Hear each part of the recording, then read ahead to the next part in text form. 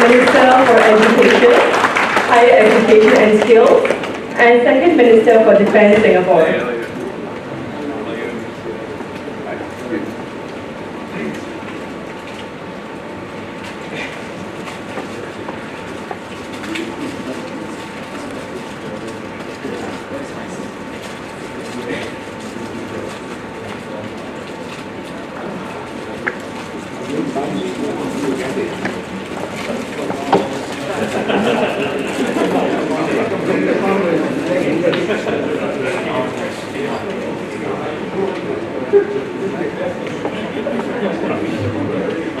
A very good afternoon, Mr. Ong Ye Kung, Minister for Education, Higher Education and Skills, and Second Minister for Defence Singapore, Ambassador Gopinath Pillai, Excellencies, eminent speakers, distinguished guests, ladies and gentlemen. My name is Roshni, and I have the pleasure of being your MC today.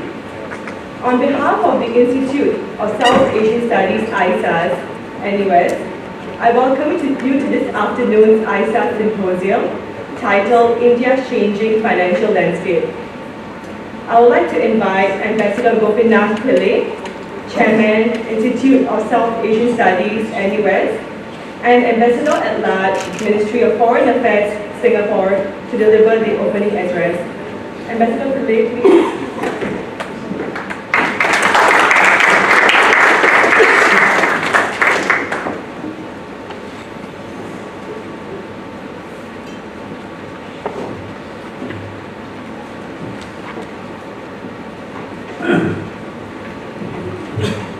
Good afternoon. Minister Ong Ye Kung, Minister for Education and Second Minister for Defence, Mr. J Y Pillay, Chairman of the Council of Presidential Advisors, Rector of College of Alice and Peter Town, NUS, former Chairman of SIA, former Chairman of Stock Exchange, and many more. Distinguished panelists, ladies and gentlemen, on behalf of the Institute of South Asian Studies, I welcome you most heartily for this symposium that we're having on a very difficult and but important topic. To cover that topic and capsule it in two hours is a little bit of a challenge. But we have got very good speakers, and I'm sure you will be quite happy. It's actually a very busy season for ISAS. Today we have this. On Tuesday, we are launching a book, 7 Decades of Indian Independence in New Delhi. The Finance Minister, Mr. Jetli, is launching it. Then the following day we are launching the same book in Bombay. We are still not confirmed, but it's likely to be the Chief Minister of the state who will confirm. Then of course when we come back on the 6th, we have got the South Asian Conference. So we are quite busy these days. In the last 20 years, 25 odd years, the Indian economy has changed significantly. The changes began particularly with the economic reforms in the 1990s. The changes are more significant in the financial sector. The most important changes in the financial sector perhaps have been the way in which the sector has integrated with the world economy.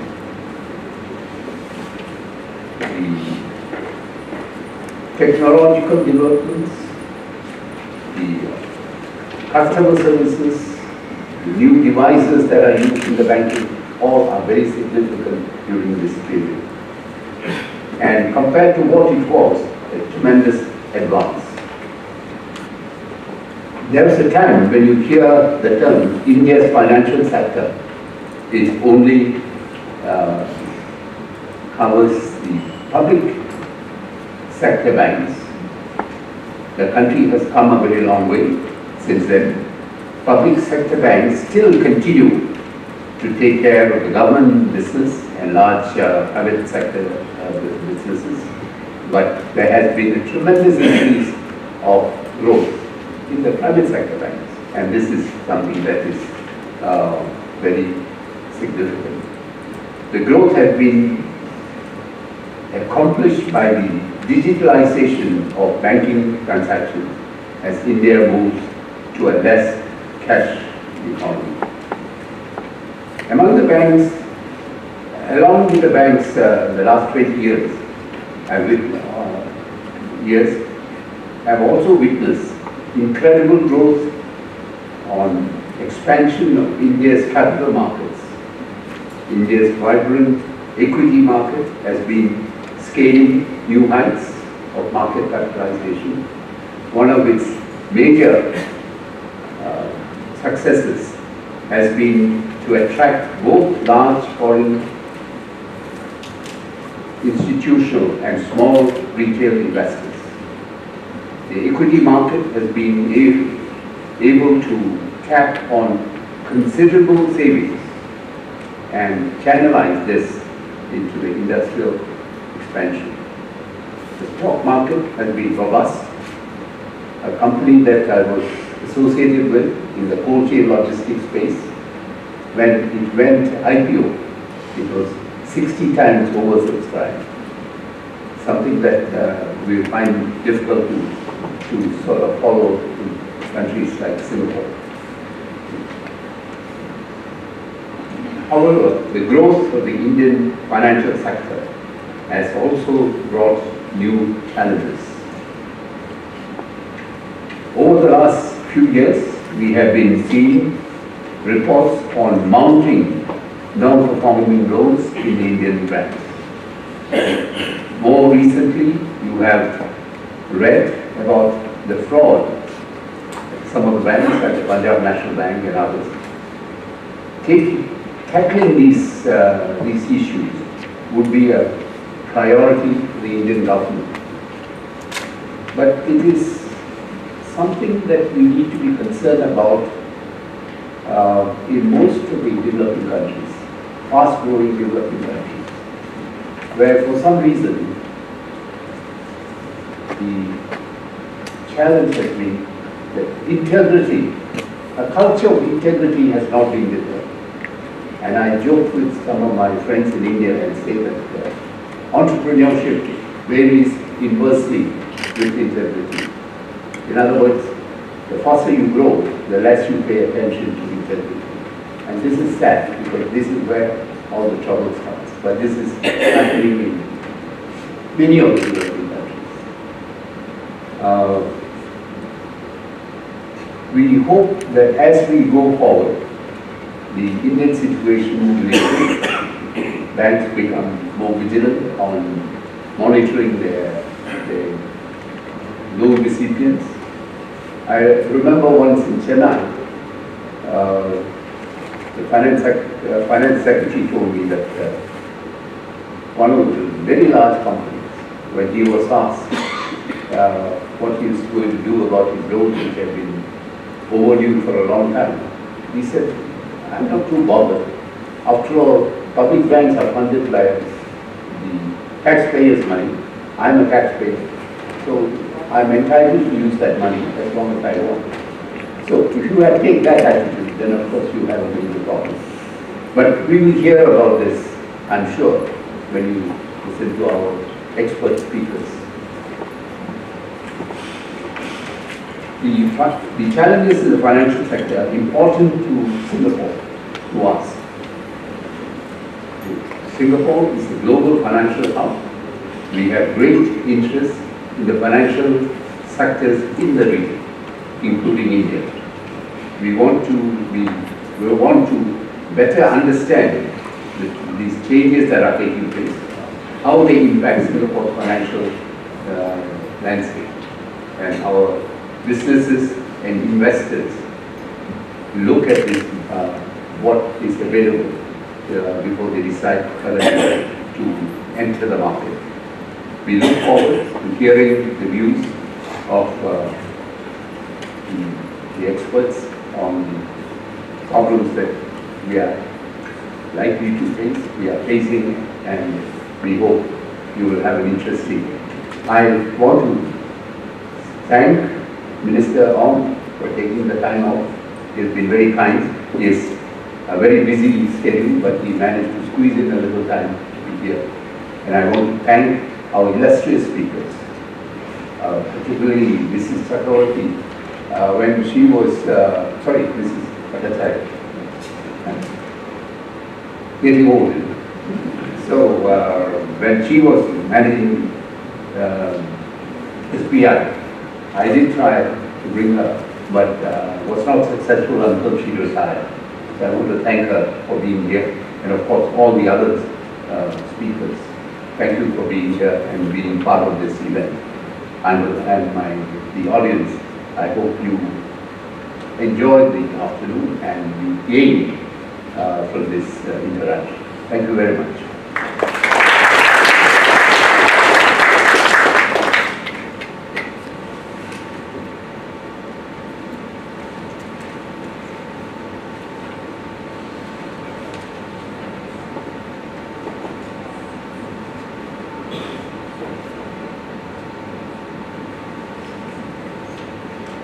Thank you, Ambassador Pillai.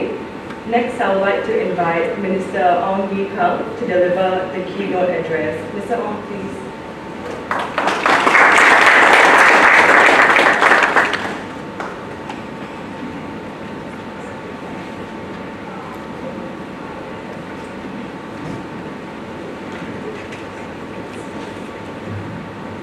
President Gopinath, Chairman of ISAS, Mr. J Y Pillay, Chairman of the Singapore Council of Presidential Advisors, Professor Mitra, Director ISAS, our distinguished panel speakers, distinguished guests, ladies and gentlemen. It's been maybe 3.5 years since I was appointed to Cabinet, and I am quite embarrassed to say I have not spoken at ISAS yet for 3.5 years. So as punishment, I'm speaking twice in the next 1 month, starting with this event. I would like to thank Ambassador Pillai and ISAS for inviting me to deliver today's keynote address on an important symposium. And it is a topical issue receiving a lot of attention. As Mr. Pillai said, a very difficult issue. The financial sector is integral to the development of any economy. A well-developed financial sector system lays the foundation for sustainable growth. And it is only when economic growth is sustained that we can realize the gains, many other social gains, better education, improved healthcare, greater social well-being. And it is particularly important for developing economies such as India. So in the last decade, India has undertaken a series of important developments and policy decisions in the financial sector. Sometimes they are a little bit understated, but actually the changes that has been taking place has been tremendous. And this is very significant because it promises to uplift the lives and promote growth in a continental-sized country of 1.1 billion people. Let me sketch out the significant developments in the Indian financial sector over the last decade. Mr. Pillai has covered some of those. I will try to give a bigger picture of this. The first significant achievement is in the financial inclusion aspect, which is one of the topmost priorities of the Indian government. In August 2014, the Indian government launched the Prime Minister's People Money Scheme. I'm afraid I can't pronounce it in Hindi, but this is the English name. The scheme envisages universal access to basic banking, insurance and pension facilities for Indian citizens, particularly amongst the lower income. Today, more than 300 million people have benefited from this scheme, with US $12 billion being deposited into the banking system. With bank accounts, they are now able to receive government subsidies and to access a whole host of basic financial facilities and services. Second, financial liberalization. In April 2014, the Reserve Bank of India RBI issued new banking licenses to the IDFC Bank and the Bandhan Bank, the first in the past 10 years. The RBI also introduced two new classes of banking licenses, payment banks and small financial banks, to enable small and nimble players to offer services to remote community areas, underserved urban segments, as well as SMEs who has difficulty accessing financial services and banking services. Under these new licenses, payment banks will offer last mile connectivity to mobile phones, offering small saving accounts, easy payment and remittances services, all of which will empower the SMEs. Through financial inclusion, India is also opening up the traditional banking sector to innovation and receptiveness towards new and differentiated business models. It is reminiscent of the telecoms industry, where India leapfrogged the phase of landline development and straight to wireless telecommunications. Insolvency resolution is another area of major change. In 2016, the Indian Parliament enacted the Insolvency and Bankruptcy Code as part of the overhaul of the insolvency resolution regime in India. The World Bank estimated that under the old regime, it takes 4.3 years to resolve an insolvency case in India. The code consolidated and streamlined various unwieldy laws relating to insolvency resolution under a single legislation. Companies are subject now to a 270-day time limit to implement the resolution plan. This is part of a suite of economic reforms undertaken by the Indian government to make the country a more attractive investment destination and to encourage enterprise and entrepreneurship. In the latest World Bank report, India climbed 30 points in the ease of doing business ranking, placing the country to be amongst the top 100 for the first time. The fourth area is tax reform. The implementation of the Goods and Services Tax, GST, in June 2017 is regarded the most major financial reform in India since its independence. The GST subsumes all indirect taxes that were levied on goods and services and unified 17 state and federal taxes.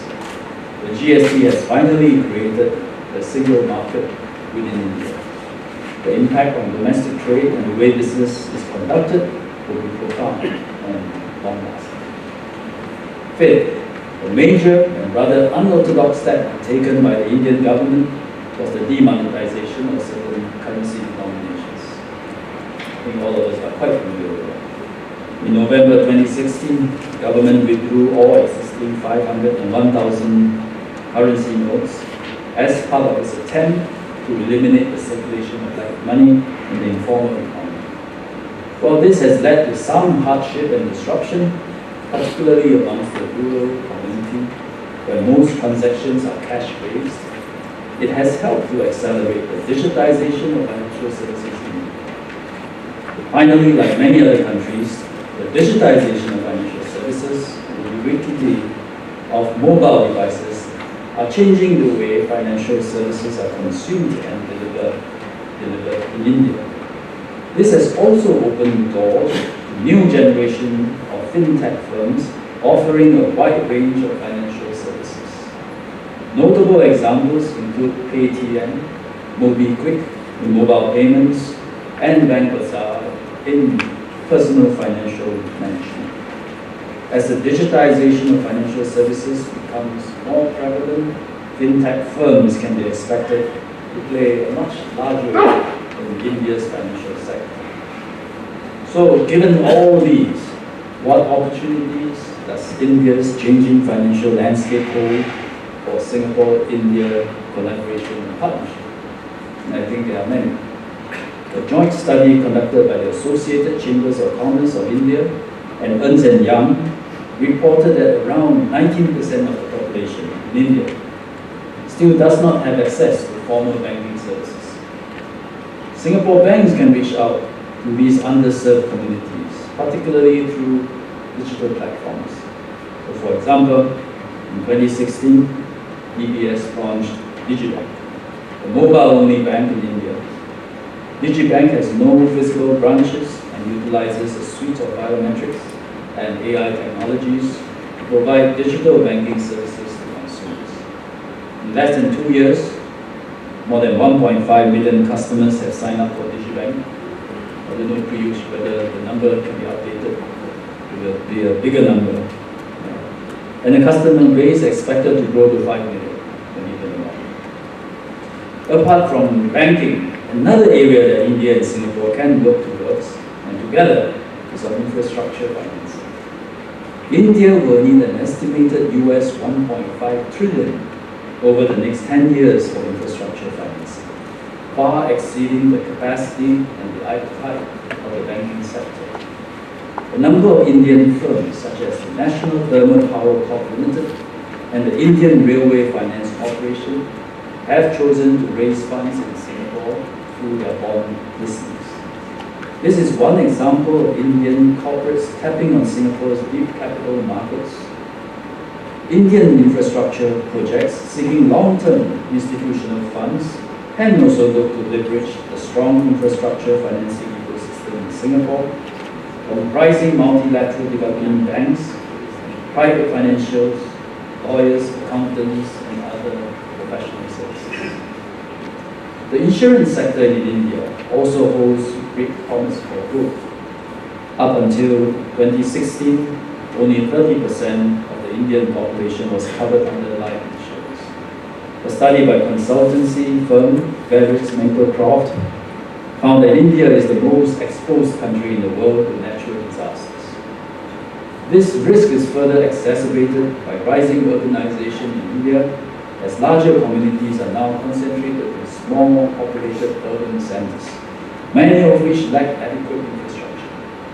As the leading insurance and reinsurance hub in Asia, Singapore is also well placed to help address India's risk management needs. I think the most exciting area of collaboration between Singapore and India will be in fintech. This is the space where there is boundless imagination, creativity, and enthusiasm, especially amongst the young. Singapore is harnessing technology to enhance productivity across the board, create new jobs, and deliver government services more seamlessly and conveniently to Singaporeans.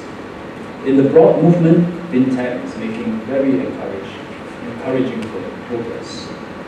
2 years ago, the MAS organized its inaugural fintech festival. I must say our starting ambition was quite modest. But the response was so overwhelming, and it turned out to be the largest fintech festival in the world. Last year, the festival attracted more than 30,000 attendees from over 100 countries.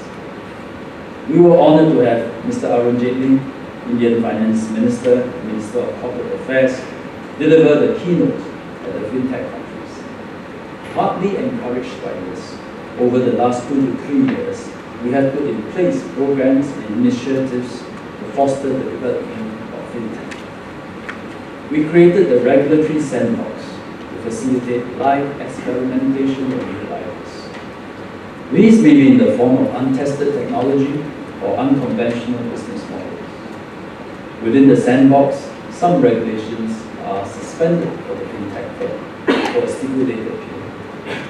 This is a useful timeout for these new firms to test their ideas in a contained environment with access to a limited pool of actual customers.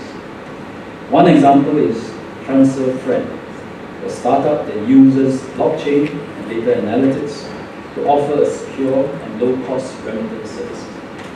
Another example is PolicyPal, a startup that helps consumers organize, understand, and purchase insurance policies digitally through a mobile app. It started by this girl who I think parents had some mishaps when she was claiming insurance, and she found it so difficult and the documents are all over the place. So she had this inspiration to create this startup that consolidate everything. Machine will read insurance policies and advise you what can you claim and what is your gaps, what are your gaps. And so, good thing is PolicyPal has since graduated from the sandbox. It's now playing in the big playground now, and is no more in the sanctuary of the sandbox. It's now an insurance broker registered with MAS. We are also streamlining our regulatory treatment of payment services and remittance services. The current regulatory model takes an entity-based approach. So there are separate regulations for payment systems and stored value facilities and for remittance businesses. The new regime will adopt an activity-based and also modular framework. We recognize that fintech is unbundling financial services value chain into much smaller pieces, and we have to right-size the regulations for each of these firms as well. The modular approach will allow us to regulate new business models that offer one or only some parts of the payment value chain in a more targeted manner, compared to the current entity-based approach. This ensures that the regulations are proportionate to the risk of the activity, hence encouraging new ideas, new business models, and flourishing of innovation and enterprise. This will require a new law, which we intend to pass by the end of this year. Finally, on creating a fintech ecosystem, we now have a fintech innovation hub located in the Central Business District to house fintech startups. But the life force for the fintech ecosystem is talent. That is why we're investing in the development of talent in artificial intelligence, data, and computer science. Alibaba has recently announced the establishment of an AI research center at NTU. Alibaba only have 2 research centers outside of China. One is Silicon Valley and the other they chose to be in Singapore and NTU. The development of fintech has opened up new frontiers for cooperation within Singapore and India. We have made good progress on the payments front. NETS, which is Singapore's national payment system, is working towards establishing a payment linkage with the National Payment Corporation of India, or NPCI. And the development is very exciting. So in the coming year, a NETS holder in Singapore will be able to make online purchases on any NPCI e-commerce merchant website in India. In time, NETS users will be able to make payments at all 2.8 million RuPay point of sale terminals in India. And conversely, RuPay users will be able to make payments at all of NET's acceptance points in Singapore. We are also working with the state governments of Andhra Pradesh and Maharashtra to bolster cooperation on innovation and blockchain technologies, including cross-border payments. So I've highlighted a number of significant changes in India and Singapore's financial landscape in the last decade. Technology in particular has been a key driver in this transformation. And it has also opened up new and exciting opportunities for collaboration between our 2 countries. Done well, these initiatives will have a far-reaching positive impact on India, as well as Singapore and our bilateral economic relations for the long term. I wish you all a fruitful and engaging debate. Thank you.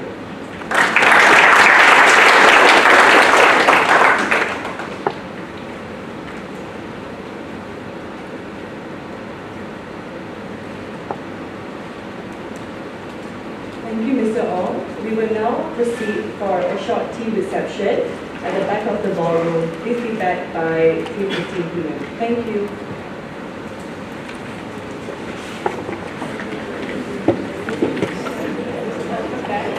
We will now proceed with a panel discussion titled India Changing Financial Landscape. I would like to invite the panelists on stage. Arundhati Bhattacharya, former Chairman, State Bank of India.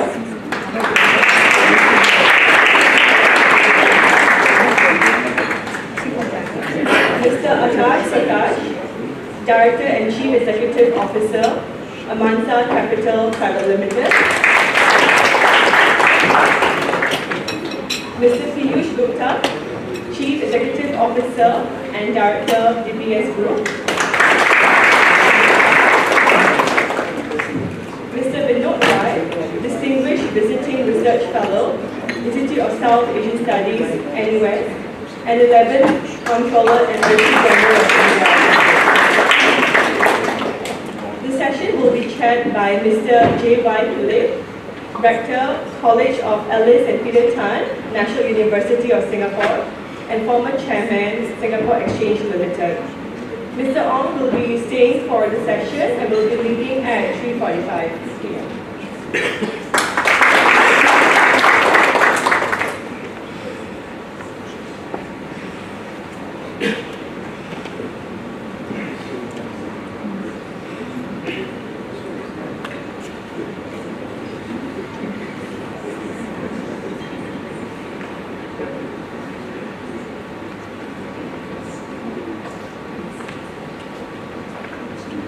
The portion of on my remarks, the very distinguished audience. Chairman Gopinath Pillai, Minister Ong Ye Kung, Chairman Gopinath Pillai, distinguished panelists, ladies and gentlemen, welcome to the Symposium on the Financial Sector in India, dubbed here as India's changing financial landscape. When I was asked to chair this session, I scratched my head wondering how we would cover that enormous subject of the Indian financial sector with all its ups and downs in one afternoon. So as usual, I sought clarification on the purpose of the symposium, and this is the response I got from ISAS. The symposium brings together a group of people familiar with the financial system in India to discuss it in some depth. It will be beneficial to our ISAS researchers, and we think it will be of interest to anyone who is looking at investing in India or doing business in India. So there you have it, a demanding goal that we hope will be clarified at least partially, not completely in the next couple of hours. To fulfill its goal, ISAS has assembled a panel of 4 distinguished speakers to offer us their perspectives. First of the mark is Mrs. Arundhati Bhattacharya, who will focus on key issues facing the banking sector in India, what they mean, and what the responses to those issues and challenges have been. Next we have Mr. Akash Prakash, who will offer the investors measure of the Indian financial sector with a focus on the capital markets. Then we have someone well known to Singaporeans, Mr. Piyush Gupta, CEO of DBS, the largest bank in Southeast Asia. Let me explain.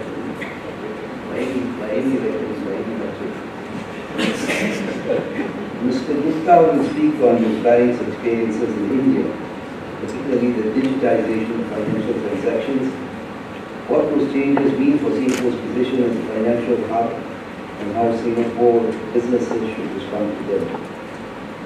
Finally, Mr. Vinod Rai will provide an overview of the Indian financial sector with particular reference to banking, including regulatory expense management and related issues. I shan't go into the biodata of these 4 illustrious panelists because that will take too long, and in any event, the details are contained in the symposium documents. Now we shall start the ball rolling. With great pleasure, I invite Acharya, Chairman of the State Bank of India.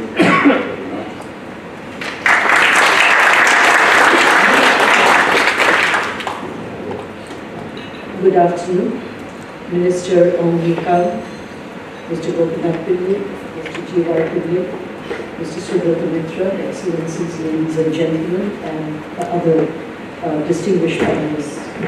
First of all, thank you very much. I was actually wondering how we could really cover the Indian banking sector in 20 minutes. But the Honourable Minister has shown the way. He has not only covered the banking sector, but almost all of the developments in the financial sector.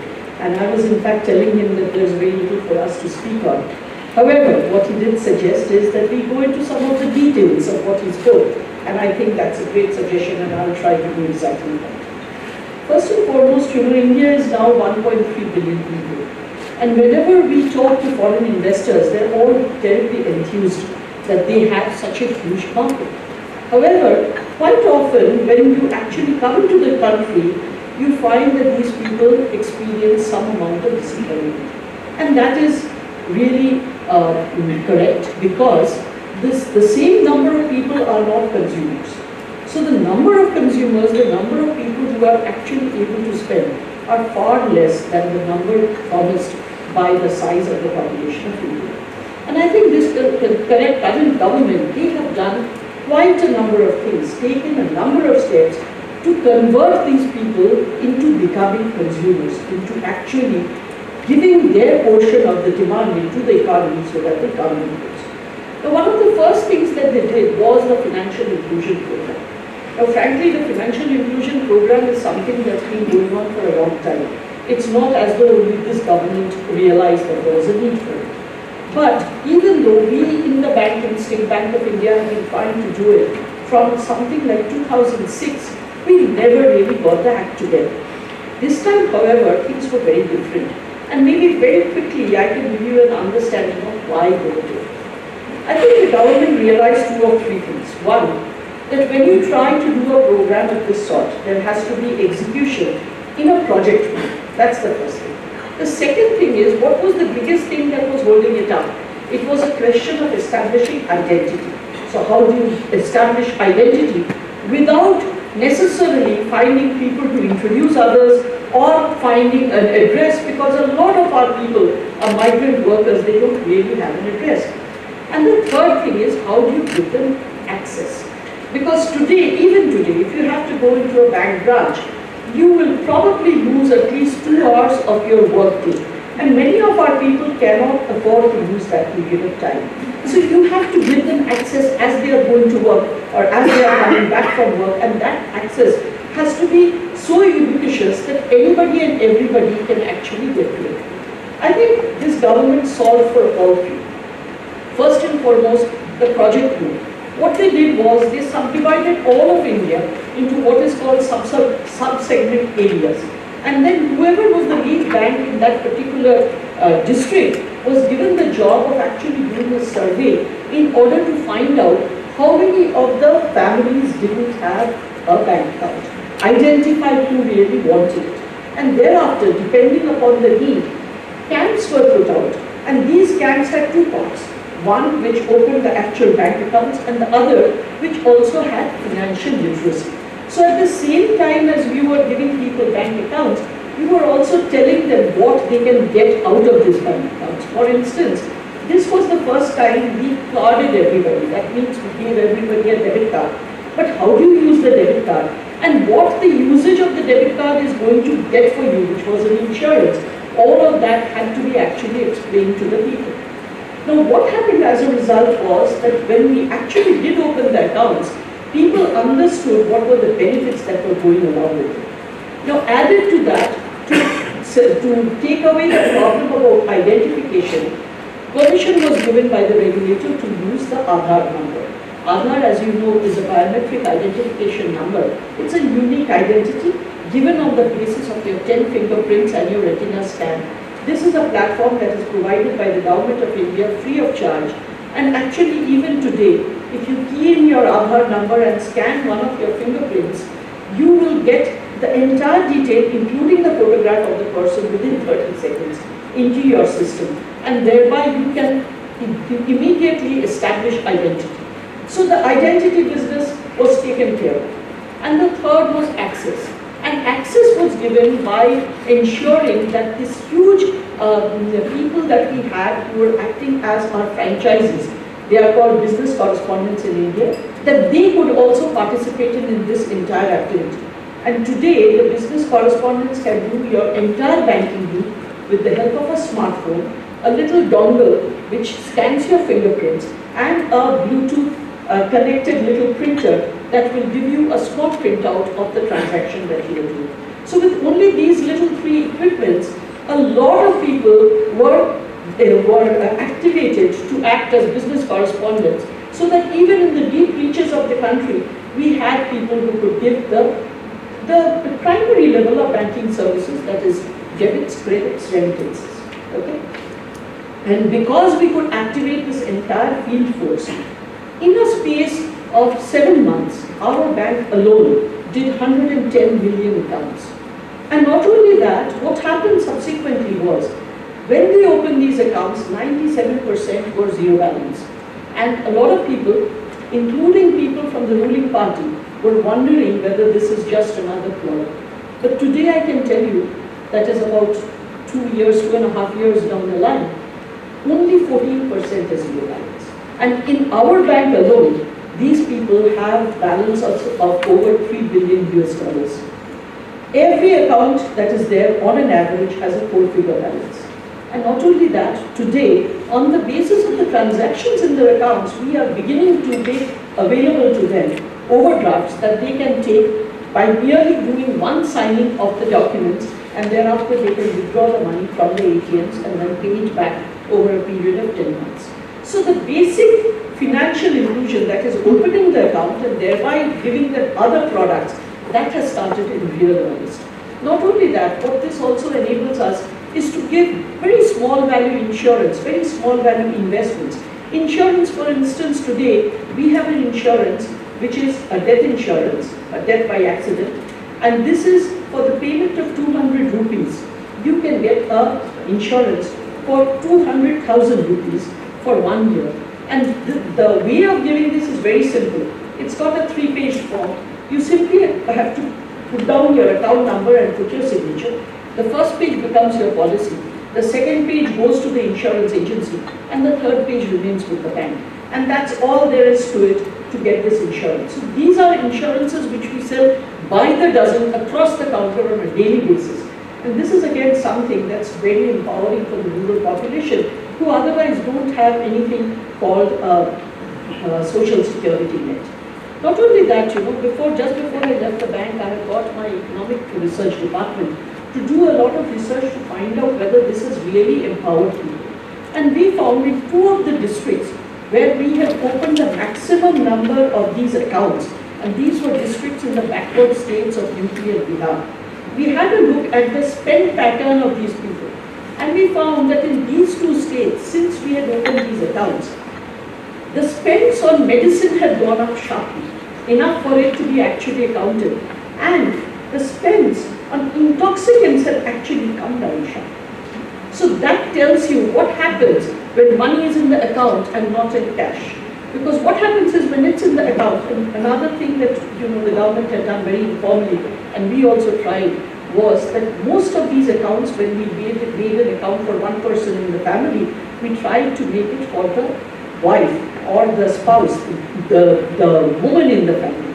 So what happens is when women have these monies in the bank account, they take better care to see that it gets spread for the right reasons. And that's a fact. It's no, I'm not trying to propagate any woman-centric stuff, but it's a fact, and we have seen this actually. And that's the change that has actually happened. Plus, because of this availability of the accounts, it's now become so much easier for the government to give whatever benefits they need to give directly into the account instead of distorting market prices. And that has been done, for instance, for cooking gas. Cooking gas earlier, the market price itself was lower, so that even people who didn't need subsidies, people of our class as well, even we were getting subsidized cooking gas. So the government then decided nothing doing, we will give subsidies to everybody, but link it to your bank accounts. Before that linkage, the number of people who were getting these subsidies was something like 150 million. The moment linkage became mandatory, the connections fell to 120 million. So 30 million commercial users actually fell off. And then the government said nothing doing, you also have to link it to Aadhaar. And that 120 million has now, I think, come down to 100 million or 90 million. So people with multiple connections have also got redeveloped. You can imagine the kind of savings that the government is doing. This enables them to better target their subsidies to ensure that the people who really need it get it. And also, if you get it in cash, then you have the ability to use it in the manner that you want. So instead of reducing the cost of kerosene, which then gets taken out and being used for adulteration of petrol, if you give that kerosene subsidy as money into your account, that person can take a call whether they want to spend it on kerosene or they want to spend it on medicine. And therefore, the usage of the subsidy also becomes that much better. Now, this was what I wanted to say about the financial inclusion. I can tell you that this piece has really worked wonderfully well. And not only did we open these 110 million accounts, even the day I was leaving the bank, we were opening something like 60,000 to 100,000 accounts per day for other members of the family. Because once you have opened an account for one member and people realize the advantages, other members start taking advantage. So this is something that really worked well this time, and I think it's a one way of ensuring that in many, many countries where these problems exist, this could be one way of taking it forward. Now, if you're looking at the Indian banking system as a whole, and I know that Mr. Gupta will be talking about digitization, but I really felt that, I would like to give you a few small examples of what we did in the bank towards digitization. So digitization is today being used by the bank not only for delivery of services, but for many, many other things, including things like risk management, analytics. So it's being used in many different ways. Not only that, it's making life easy and simple for people. For instance, even a bank like ours, which was a legacy bank, we tried to solve some basic problems with digitization. For instance, we have a very large number of elderly people as well. And they will not use any electronic or digital medium because they're always scared that their accounts will be emptied. They have a big fear of all kinds of cyber crimes. And therefore, we found that a lot of people were still coming to our counters. They're refusing to use ATM cards. So what we have done is we have created an app which allows you to turn on and off your ATM card. So as you step into the ATM, you can log on to the app and turn your ATM card on, draw the money. But as you step out, you can turn it off. You can set limits on your ATM card. You can turn off international and turn on domestic or vice versa. So you can do a lot of these things so that your ATM card now is really yours. Nobody else can misuse it. It gives a lot of comfort to our people to actually use it. Similarly, we have branches which have a lot of footfalls. And one of the regular complaints that we used to face is that your branches are too crowded, don't want to go into them. I couldn't have that. People needed to come to us and people needed to be comfortable. So today we have an app called No Queue app. What it does is the moment you switch it on, it shows you the 14 or 15 most commonly used activities. It also shows you within 5 kilometers of you which are the branches that are giving you this business, this particular service, and the wait times of each. And then you can accordingly register at any of these branches to be given the service. It generates a token number for you. And when you are fourth in the queue, it will give you a reminder. Third, second, first, it will give you reminders. As you step into the branch, you just put on your app, you will be served immediately. So, lots of innovations like these we have done, which are probably not there in the rest of the world, but we have done it in order to solve the problems that beset our banks and our country. Similarly, the demonetization, which was a very, very difficult period for all of us, but it did have certain good side effects, and one of them was digitization. It was during this period that the UPI is a universal payment interface, that really got launched. And again, I do not think that UPI is a platform that is available anywhere else in the world, because it is totally interoperable. For instance, you can have the app of Bank A, you can attach it to your Bank B, and you can make payment to a fellow who has an app of Bank C, whose account is actually in Bank B, and all of this will go through real time.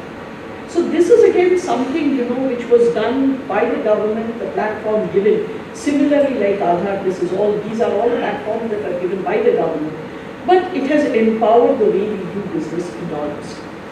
Now, looking forward in India, there is still a lot to be done. If you look at our retail loans to GDP, it is only 11%. Even Thailand has 18%. If you look at Malaysia, it's 33%. So there is a huge number of people who are still not covered. And most of these people are not in the salaried class. The ones that the banks have covered are really the salaried class people. If you have to look at the non-salaried class, actually speaking, it is digital that will give us that ability to do it while still keeping the risks within control.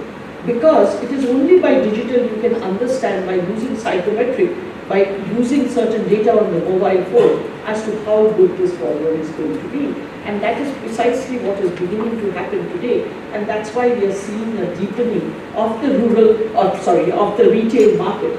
A lot of people tell me everybody is now into retail because your corporate is in trouble. Is there a bubble? I personally feel there still isn't. We still are not in bubble territory. And because of the fact that we have not really made available loans to people who are not in the salaried class, that is why there is still a long way to go. But we obviously have to do it in a risk mitigated manner, and that is where the digital piece comes in so handy. For that matter, I was told, for instance, a person who's away from home, calls home every day, is far better borrower than one who calls in 6 months' time. So I've been telling everybody, call home daily, so you will get a better credit rating. But however, that is something, that's the way that we intend to go. But the bigger problem is in the SME segment.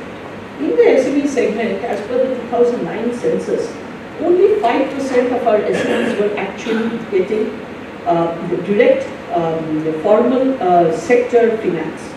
Most of the others were either informal finance or it was being funded by friends and family. And that's one of the reasons why Indian SMEs have not been able to scale. They had a lack of both capital as well as debt. And there I think there is a huge opportunity. And again, two things that have happened in the recent past are very empowering for SME. One, of course, is what the minister talked about, is the GST. The GST is going to be data that's going to be available at the request of the taxpayer. If he gives us the authority, we can get that data. And on that data, we can do things like cash flow financing. But alongside of that, two other things. One is the e-way bill, which is going to actually check every single movement of goods. That is again something that's going to give us very good data. And alongside, today we have a e-trade platform. The e-trade platform has been put up. Three of them are now available. They are done by various conglomerates of banks and other financial institutions. What it does is, the SME puts the bill on the platform presents it to the drawee. The drawee has 30 days to say yes or no. The moment it is accepted, it is auctioned on the platform. And because it is something that is accepted by an industry major, that is the drawee, therefore, what happens is that they get the minimum amount of interest. So their working capital cycle shrinks, and so do their cost of finance. So this is something that's really going to empower the SME finance. And last but not least, on the agri piece. On the agri piece again, 36% of our farmers still do not get loans. One of the reasons for that is that they are tenant farmers whose rights are not registered. This time in the budget, the government has said that this is something that they are going to take up and they are going to get done. Not only that, the minister, one of the things that we are doing with blockchain is actually on the land piece.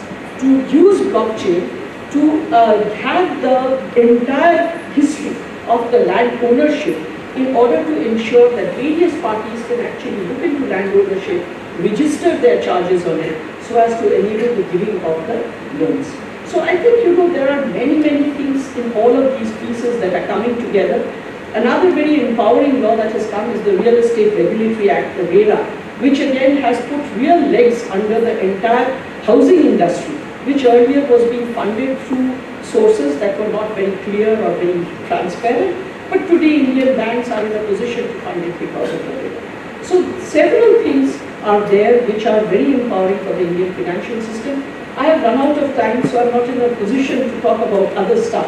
But I would like to definitely, there will be question and answers, and I'm sure you will have a lot of questions on NPAs and corporate finance, but I will address them at that time. Thank you very much.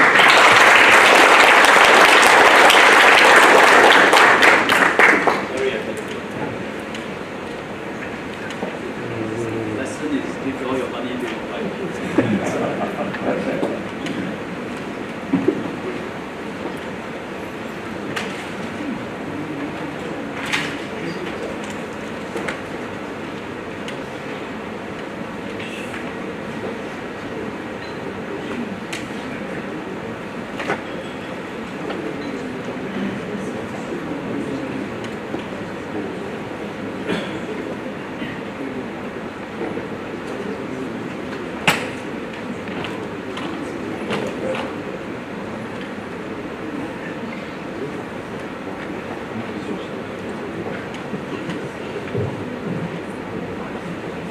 Good afternoon.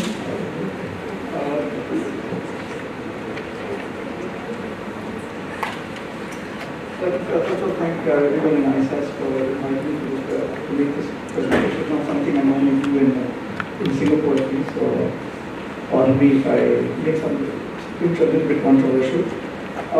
My brief is to really look at the observations, or make some observations on banking from the point of view of an investor. How we look at the banking system in India. We've been investing in India for the last decade and we have significant exposures in banking and finance laws. So I'm just giving you a perspective how we look at the sector. Before we start the disclaimer, there's no investment advice, but unfortunately our lawyers insist that we have a disclaimer for everything, so that's required. I'm going to cover three broad trends. One is the market share loss of the PSU banks over the last decade in India. That's PSU banks, with the exception of State Bank. State Bank, as you see from the chart, has done an exceptionally good job. But the second is the financialization of savings. And the third is digital disruption in India, which is about to come. First, if you look at the PSU banks, for the last, since 2010, there's a clear loss of market share. Both deposits and advances. They were 78% of the system in 2010. For the year ending March 18, I think they're on the advances side to be down to below 65%. My own estimate is that over the next 5 years, the PSU banks will have less than 50% share of the advances in the Indian banking system, which will be a very significant milestone for India. For the first time, the government-owned banks will be less than half the system. The deposit share also has reduced, but far less. Hopefully, that will hold, but there is risk to that, which will come to in terms of digital disruption and the advantages of brick and mortar slowly, fading away. This is the picture I've shown you. Here is the stock of advances and deposits. The picture is actually far more alarming if you look at incremental deposits and advances. This is a picture of the last 2 years. The same trends hold for the year ending March 18 as well. If you look at that on advances, in the last 3 years, the private banks have accounted for 90% of incremental advances in India, 9-0. The PSU banks, SBI has done a great job of 37% under Ms. Bhattacharya's tenure. But the PSU banks, ex-SBI, have actually reduced advances on an absolute number. It's negative 26% of incremental. So that's a shocking number in the sense that it's unfortunate. It's a significant change in market share. And unfortunately, our expectation is now this trend continues going forward. That SBI continues doing reasonably well, but the rest of the PSU banks, I think, have serious challenges in the ability to grow their book, and we'll come to why that's true. So the obvious question is why. So one issue is that a lot of the banks are unfortunately in serious trouble in India. The number of banks under PCA, which is preventive correction, mechanism of the Reserve Bank of India, is the number of banks already listed here. Unfortunately, I think for the year ending March 18, more banks will come under PCA. Under PCA, the RBI basically does not allow these banks to lend. Right? The RBI is basically making a point statement saying that these banks do not have the controls or the processes to be able to lend. So that's one obvious reason why the PSU banks, except SBI and maybe BOB, are finding it difficult to lend. The second picture is the PSU banks do not have capital, unfortunately. For the year ending March 17, they report a loss. I expect there to be a loss for the year ending March 18 as well, and probably for March 19 as well. So the problem is that they don't, again, this is ex-SBI. The reality is that the PSU banks are not generating any profits. They don't have the capital. They require the governments to give the capital, and the government, rightly so, is being selective who they give capital to. Is making conditionality there. So we see the big market share loss in terms of advances and deposits. There's significant market share loss in terms of relative profitability. And the third is the loss in terms of market cap. If you look at 10 years ago, March 2008, the market cap of the PSU banks and the private banks was exactly the same. Right? Today, the private banks are 4 times the market cap of the PSU banks. Unfortunate, but that's true. And if you look at the increase in market cap of the PSU banks in this time, 10 years ago, 1.9 lakh crores. Of that 1.9 lakh crores, 1.7 lakh crores was given by the government of India as a capital infusion. So basically, X of that, there is no market cap increase in the PSU banking system at all. So this is again a serious issue because and you have a situation which I think is absurd, but it's the sad reality today, that HDFC Bank today has a market cap more than the entire PSU banking system in India. So you have one bank which is less than 10% of the system in terms of advances and deposits. It has more market cap than the entire 65% which is the PSU. Again, it doesn't, Kotak Bank, ICICI Bank on their own have more market cap than the entire PSU ex-State Bank. So I think, and now why does this matter? It matters because these are banks.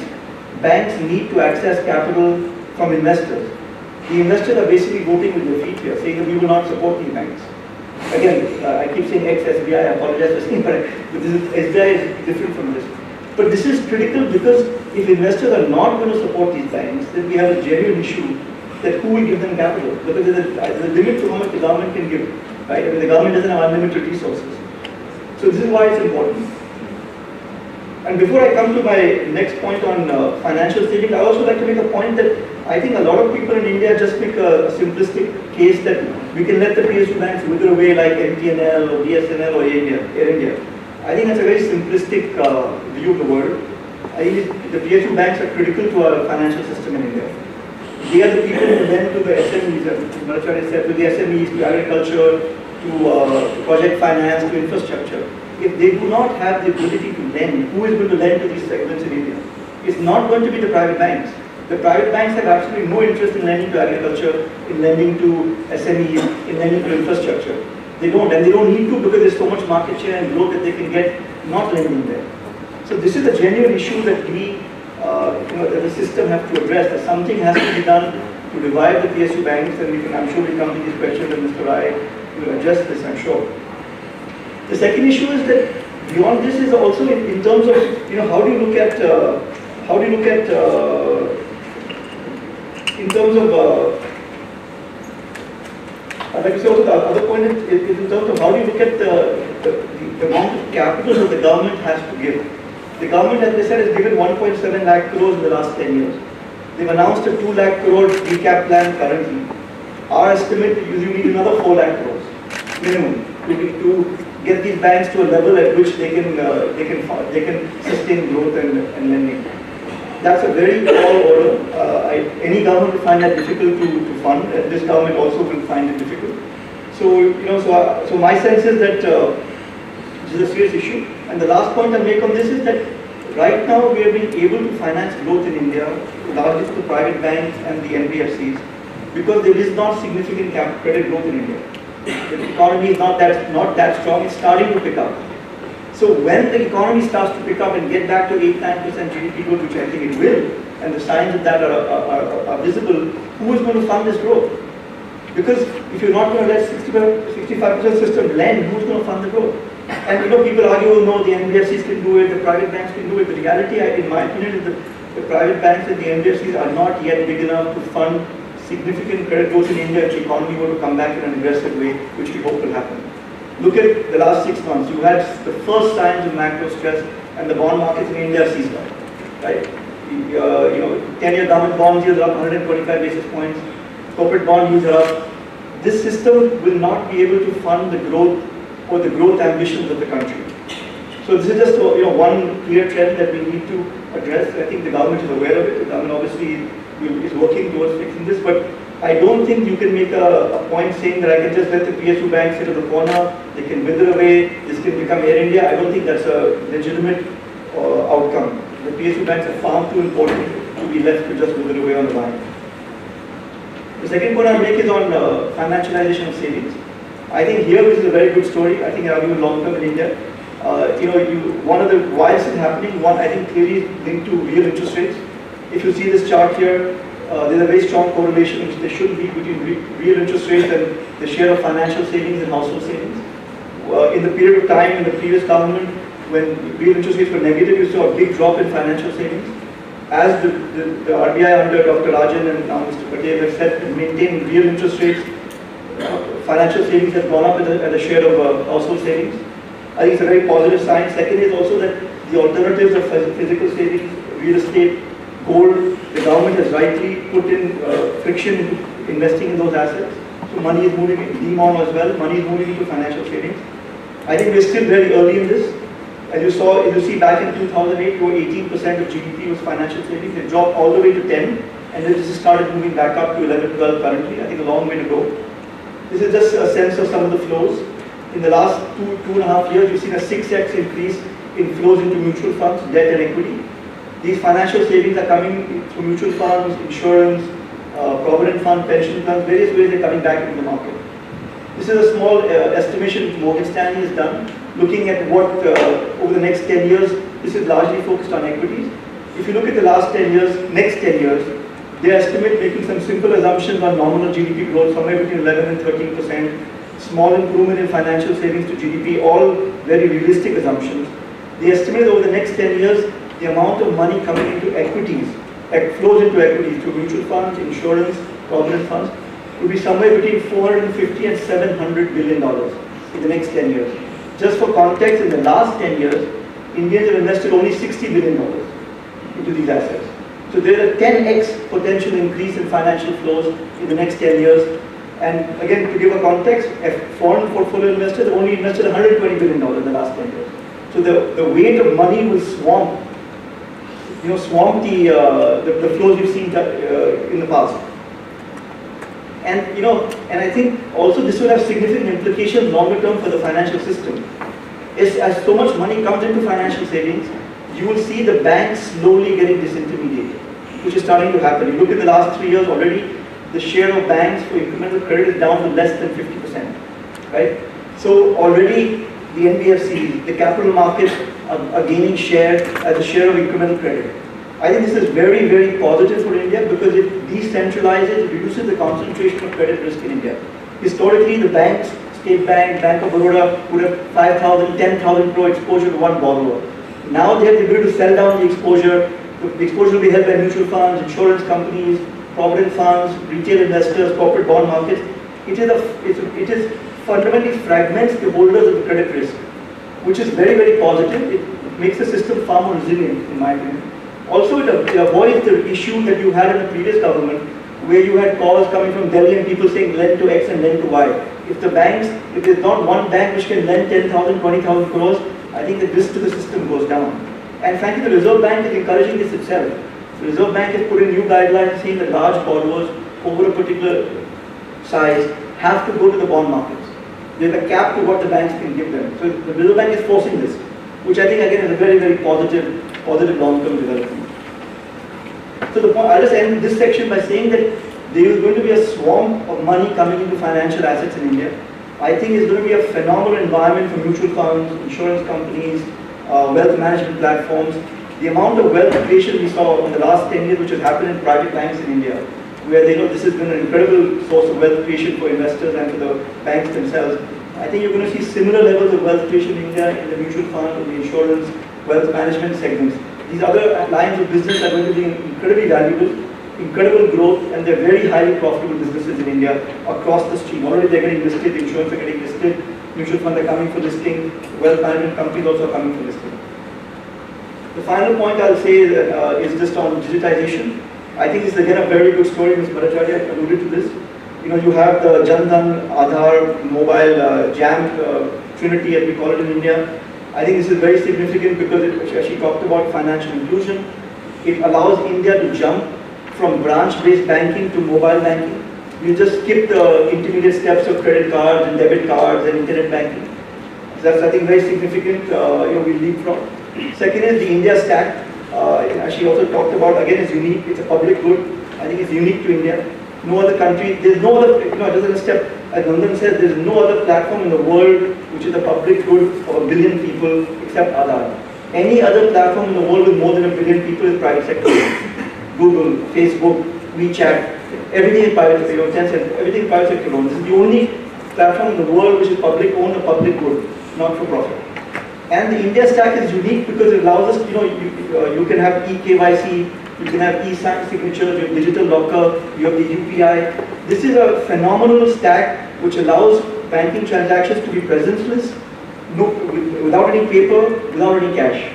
So, and it's quite unique, and you're already seeing it in the sense of UPI. UPI, as I think she talked as well, is unique. There is a reason why Google launched Google Pay first time in India. There's a reason why WhatsApp payment, the data side is India. Because they're using the India stack. They're using the banking system, and this is why I think India is leapfrogging on payments as well. It's again a very good story. I don't think this is well understood outside India, how unique the architecture of India is, how advanced India is on these areas. If you look at the non-cash transactions, already of the top 10 players in non-cash transactions, Paytm, Google Pay, and PhonePe are the top 10. Again, unique that in the Indian architecture financial system, we've allowed non-banks, private sector players to make an entry without barriers. You know, people talk about India being a very controlled environment, too much regulation. Look at this.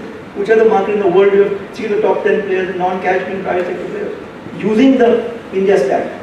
So I think it's a very good story, is not well understood. I think it will fundamentally make a big change in India, make banking far more frictionless and far more inclusive.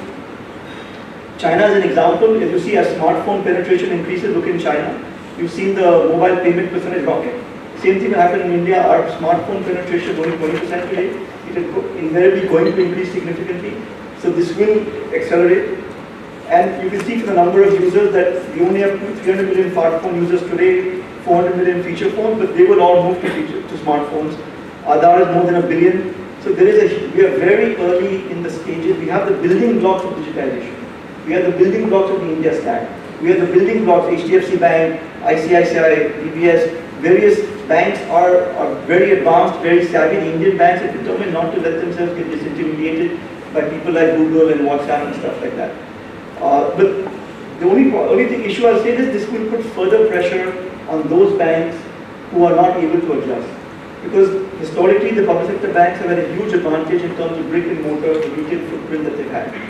Slowly the relevance of that retail footprint is becoming less and less important. So the big edge that they've had will slowly wither away. The public sector banks also need to make the investments. They need to catch up. State Bank has, as you see in the previous chart, State Bank is the #1 player in non-cash transactions. But the other PSU banks unfortunately are not there. They're way behind. They need to catch up. And that's it. Thank you.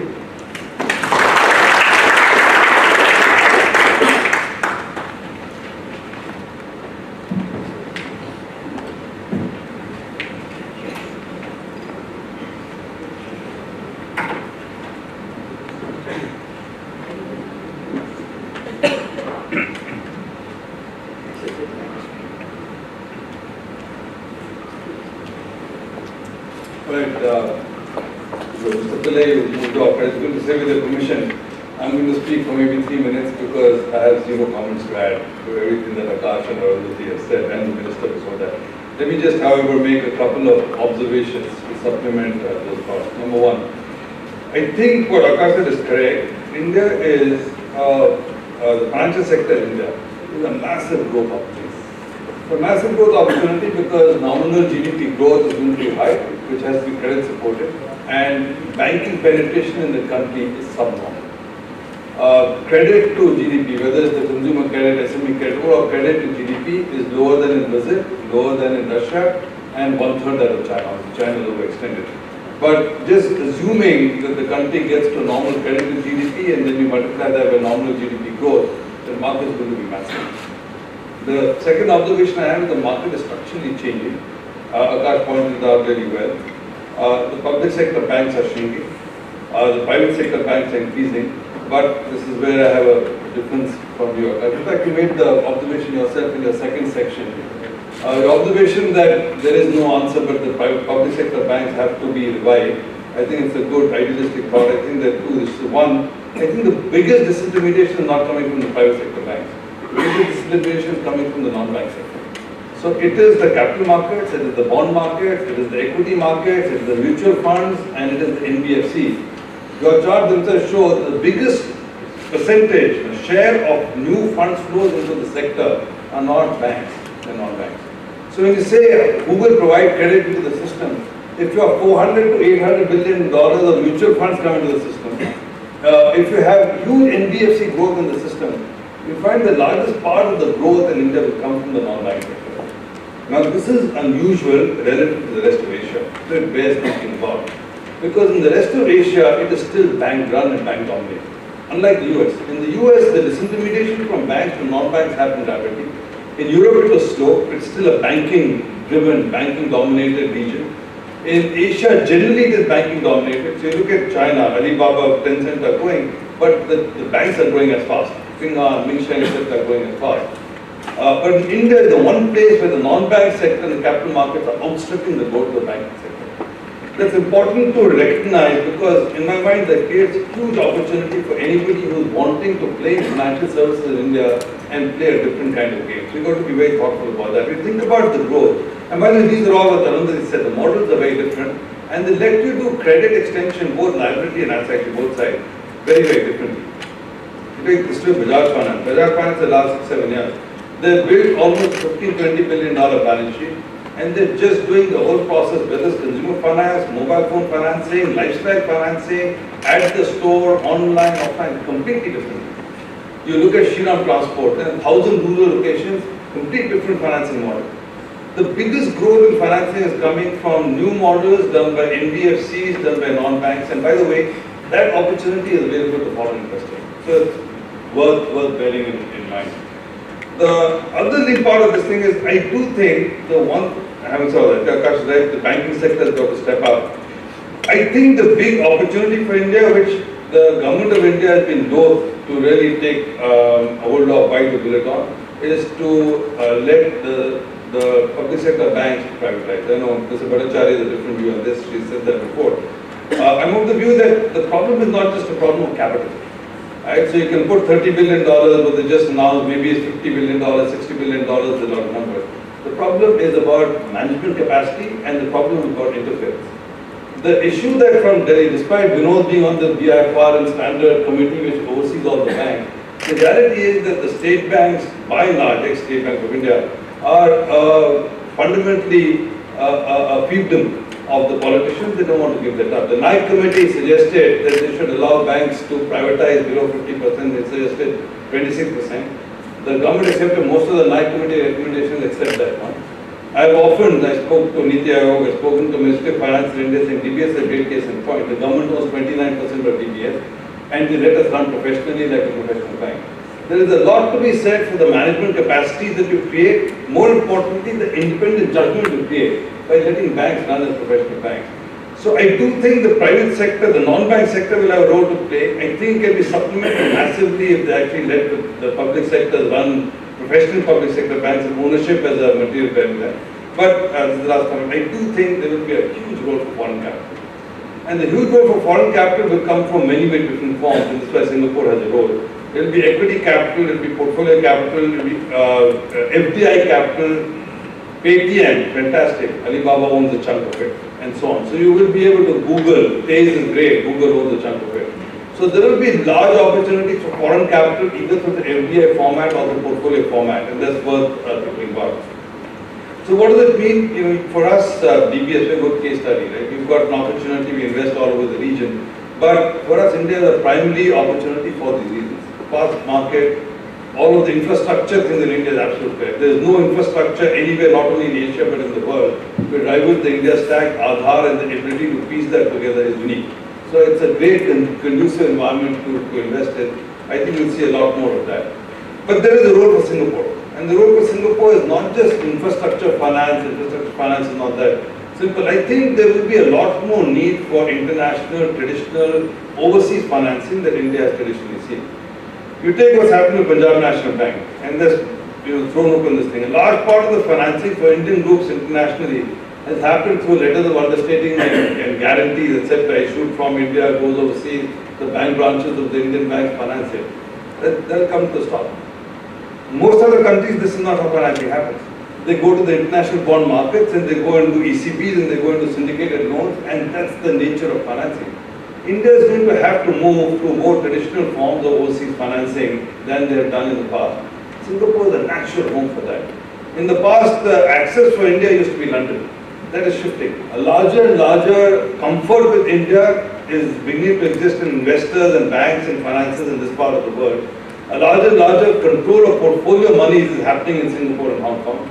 And a larger and larger opportunity, therefore, for Singapore to play a role in funding India's growth will happen. I think that's a good role that Singapore can play.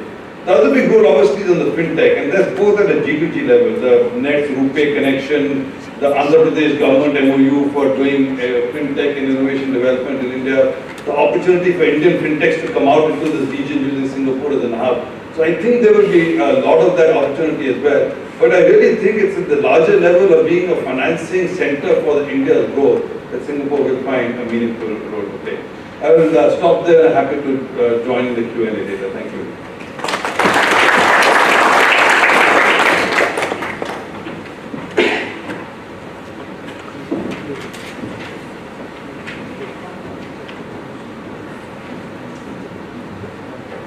Thank you. The minister did the macro. All the micro has been done with these practitioners of banking or operating the capital markets. Now, what do I do? A generalist. The 12th man in my language these days, I've met the financial market and more or less. It's a 12th man, it brings up only the drinks trolley. And that's where I'm stuck up with the drinks trolley. So I think from all that you've all covered, I need to draw attention on some actions which have been taken in government, which I must say not many governments have done. And I think it's moving in the right direction. The elephant will dance, the elephant will become nimble-footed, but the elephant takes its own time doing it, and don't push it harder, otherwise the elephant turns around. Now, first reset that we've done, you've touched it, Piyush, the finalization, the financialization of our savings. I think it's incredible the way it's been done. Of course, the 30 crore or 300 billion accounts that will be opened, the Jan-Dhan accounts, public accounts. Not only that, the fact that they have got 350 billion which have gone into these accounts is a substantial amount of money. And they dealt upon it that these accounts have been opened in the name of the spouse by a few of them. And yes, that has increased, I think, empowerment, and it is adding to the household savings. But more importantly, I think India was a high-cost debt capital market because all the savings were going into either monetary or real estate, and which was in either gold, physical form, or real estate. Now, that money has started coming into the monetary system or the banking system, and I think one of the things we may agree, we may not agree, we violate against what happened about the illegality of the 500 or the 1,000 rupee denomination notes which have been declared, but it has given a huge push to ensure that these monies come into liquidity if the banks are dry. So 11 payment banks, 10 small finance banks, 2 universal bank licenses, all given since August 2015. And these are the ones which have gotten into the rural space, the small space, where the rural man was intimidated to get into a large branch. Some kind of intimidation he used to face. Now he has access through the business correspondent who is coming to him on his doorstep with a handheld device, and he's able to do his entire banking.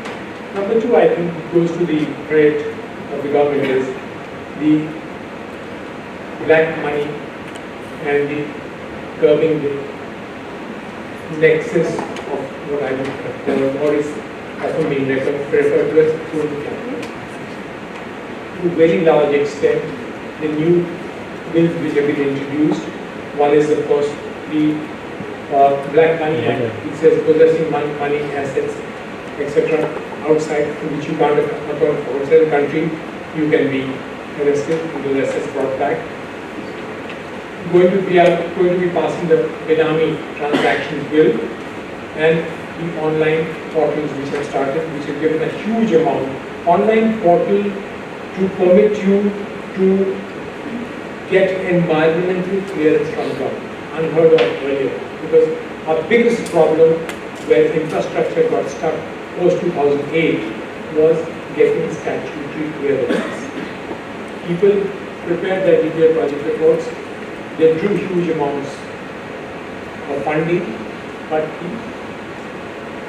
statutory clearance was not forthcoming.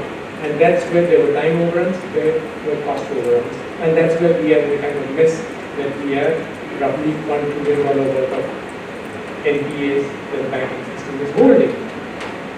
Now, that has been a major step where you don't actually come face to face with the person who is going to be using these things. You will get it online. That's been initiated. And the fact that most of our bidding, most of our auctions, most of our procurement systems have all gone online indicates to the fact that there is a bit of a revolution taking place. And the example of both of these was the coal auctions, which were done just about 2 years back, totally online, e-portal. Now the third thing is the reset regarding the subsidy mechanism of the government is operating. Subsidies were growing roughly at the rate of 19% CAGR, post 14-15. But the misfortune about these subsidies were that on a reasonable estimate, there's no scientific basis for it, but reasonable estimate added that 40% of these subsidies were leaked. It was not getting to the targeted population. We talked about the petroleum, the LPG subsidies. Now, the very fact that the accounts have been opened and all the subsidies are being paid through what is known as the direct benefit transfer scheme and is going into the accounts of the targeted population, is showing that subsidies have grown in the last 2 years at a rate of barely 11%. But the leakage has stopped. As a consequence of that, 11% has taken care of whatever were the requirements. This had added a very different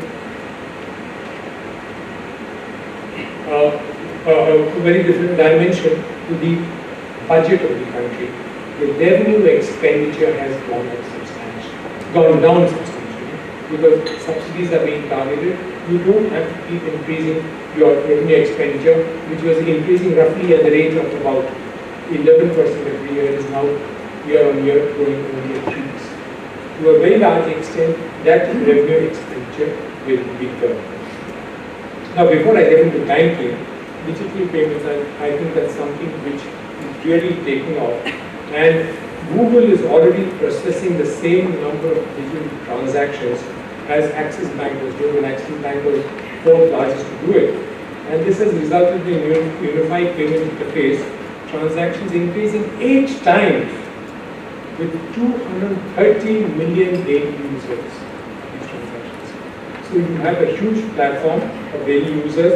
All that you have to do is to integrate the payment button, and it is expected that over the next 5 years, the users will be about 1 trillion in the next 5 years of this digital platform. So there is a huge scope.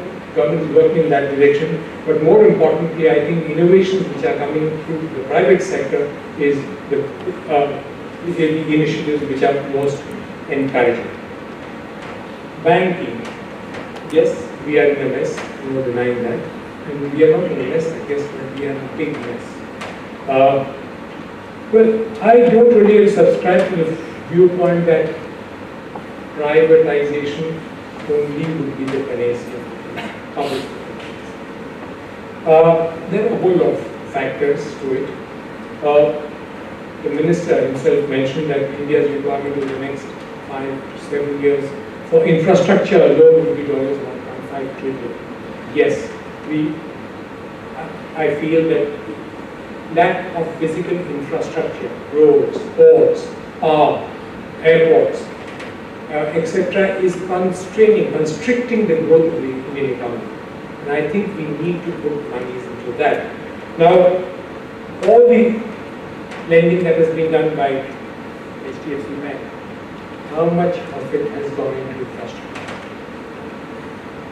How much of lending that has been done by maybe Kotak Bank has gone into infrastructure? Maybe Axis Bank and ICICI Bank did some lending to the infrastructure space in the last 3 years. They burned their fingers, but that's the fact of life. And I think if infrastructure has to be kept going, public sector banks will have to be in the game. We had a model of infrastructure lending or term lending as it were, the development financial institutions, the PPM of the bank, they have to be in some ways replicated and they can be replicated only by public sector banks. The outreach to agriculture, the outreach to the SME, the MSME that is, and far-reach rural areas, I think that is the space where public sector banks, with their large branch network, I know in years to come, branch network may be unsustainable in terms of cost to income, but with the banking correspondence that are being introduced in the system, there will be. Yes, we have an issue of being able to raise capital for these banks. It's a very major issue. The budget will not be able to support it in the years to come. But we will have to find ways out of it. Rights issue is one of the methods which has been talked about, which soon will be taken recourse to, where at least whatever the government puts in, if it puts in X, you will have roughly an X amount coming in from the other minority shareholders of these banks. But government has shown a direction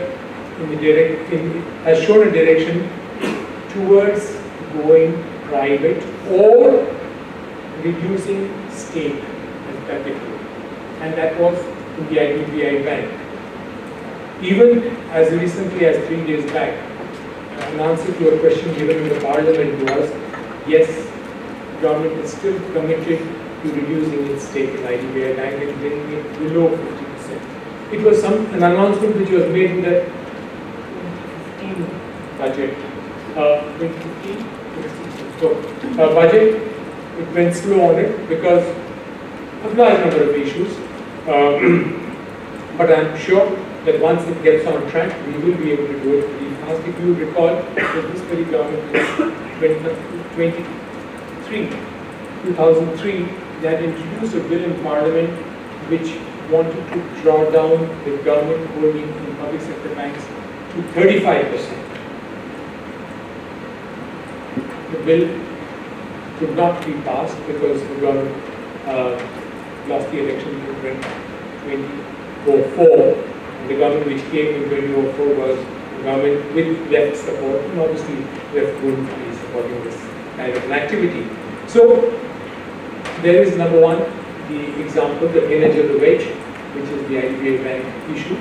But I think in whatever planning that is being done post the PG9 report, in creating a holding company, government transferring its stake to that holding company, having this holding company being run by a professional set of managers, and then ensuring that the distance between the politician and those who are running that holding company becomes large to that extent, influenced lending will be clocked down. And that's where I think the public sector will be able to lend to infra. And the initial movements in that direction have already started taking place as far as the Banks Board of Europe is concerned. The recommendations have been made. These are not issues which can be done overnight, but I'm thinking post 2019 elections, these will certainly be action. Regarding how capable we are to run these professional public sector banks, also there is an initiative ongoing where the attempt is, if they can be distanced from government, if they can be distanced from political influence, you have to professionalize them. You have to put in new blood, new skill sets, and ensure that business is done along commercial lines. Earlier, there were some doubts about whether they were really being done about commercial lines. So the initiative for that has been taken. The idea is to be about 500 leaders or managers every year who will be trained along these skill sets. There is a lot of talk about compensation package. But then I can subscribe to the viewpoint that it's only because they are getting peanuts that they are getting. And I want to draw an example out of it. those of you who are close to the banking sector, those in the private sector who were fed with arms in the last 6 years, why have they also got arms? There was a problem. The problem was something which afflicted the private sector as much as it afflicted the public sector.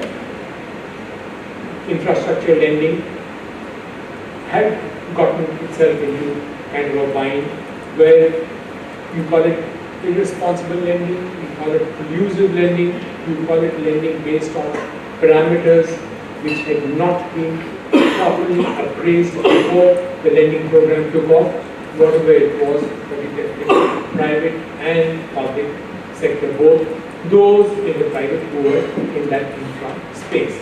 And to that extent, compensation packages do matter, and these are being addressed. But as I mentioned to you, mindsets change slowly. When you want to change the compensation package as applicable to the public sector bank, you have to look at public sector all along the public sector, generic public sector across the country, which may not be banking alone. Why not the oil sector? Why not the telephony sector or public sector? Hence, government will have to look at it very closely to ensure what will be the impact that a change in the compensation package of bankers or public sector bankers will have on the rest of public sector. So that's been looked into. Public sector banks will have to play catch up. There are vulnerabilities, and the vulnerabilities are in the nature of 24 banks that we have. How much are there? 25. Now that you cut down on your 24 banks, I don't think there is space for 24 banks. And the government has made this intent known. Sometime government will have to bite the bullet.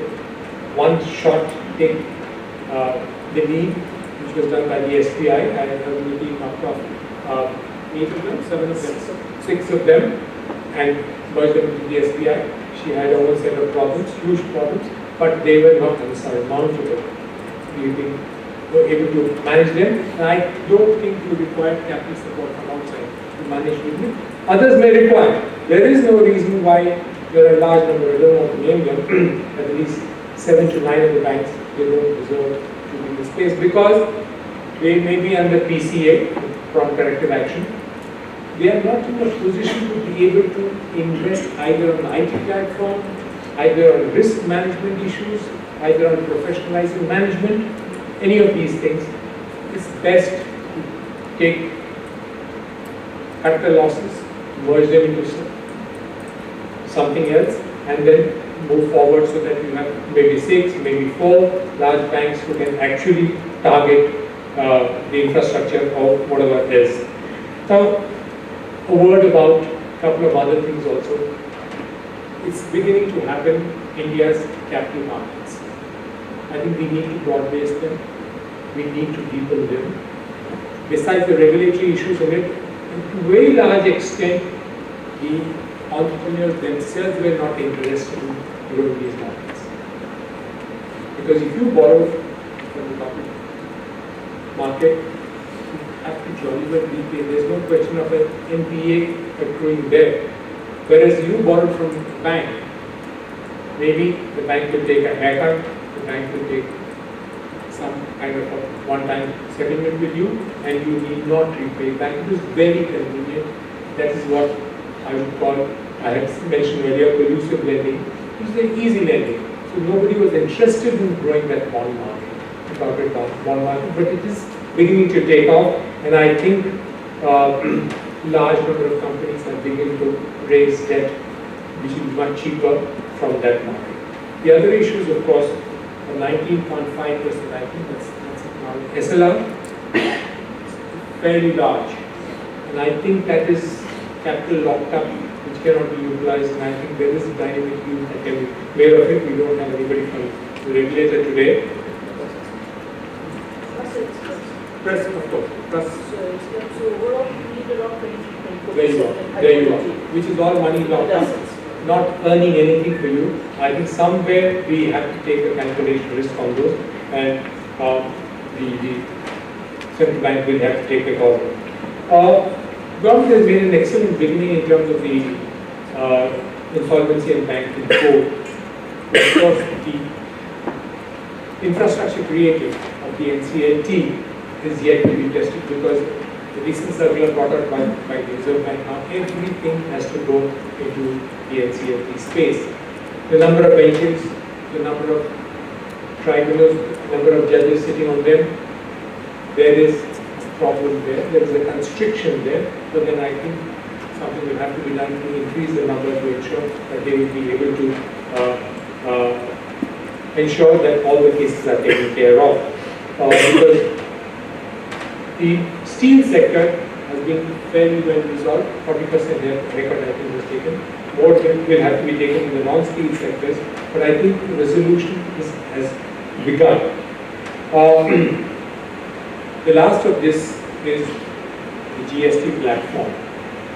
That is another huge or a revolutionary step by government. GST has its initial glitches. Government is in the process of trying to rectify whatever happened. There are going to be experiments with GST have talked about in other countries, which is an initial stage of inflation. But that's natural, that's normal, and we are hoping that with this revolutionary step which is being taken, a larger number of accounts will come into the banking network, into the tax network, into the formal GDP.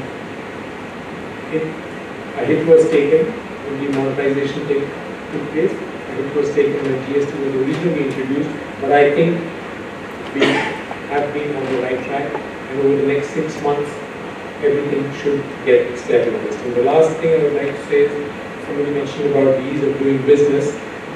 We've reached up to 100. I think we need to go at least 70 notches up, and that's when we'll be able to be a country, a government, a setup which is able to nurture, support, and cherish businesses' needs.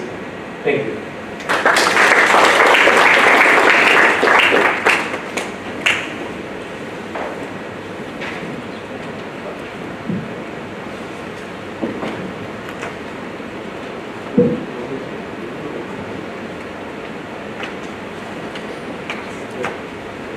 We heard the four speakers. I thank them for their presentations. I'm sure they have raised many issues that we'd like to clarify.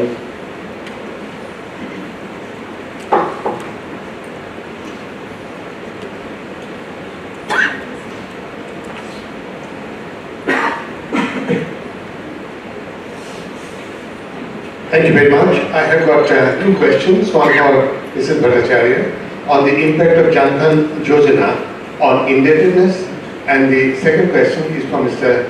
Akash Prakash on the relative autonomy of the market vis-à-vis the state and its importance for economic growth.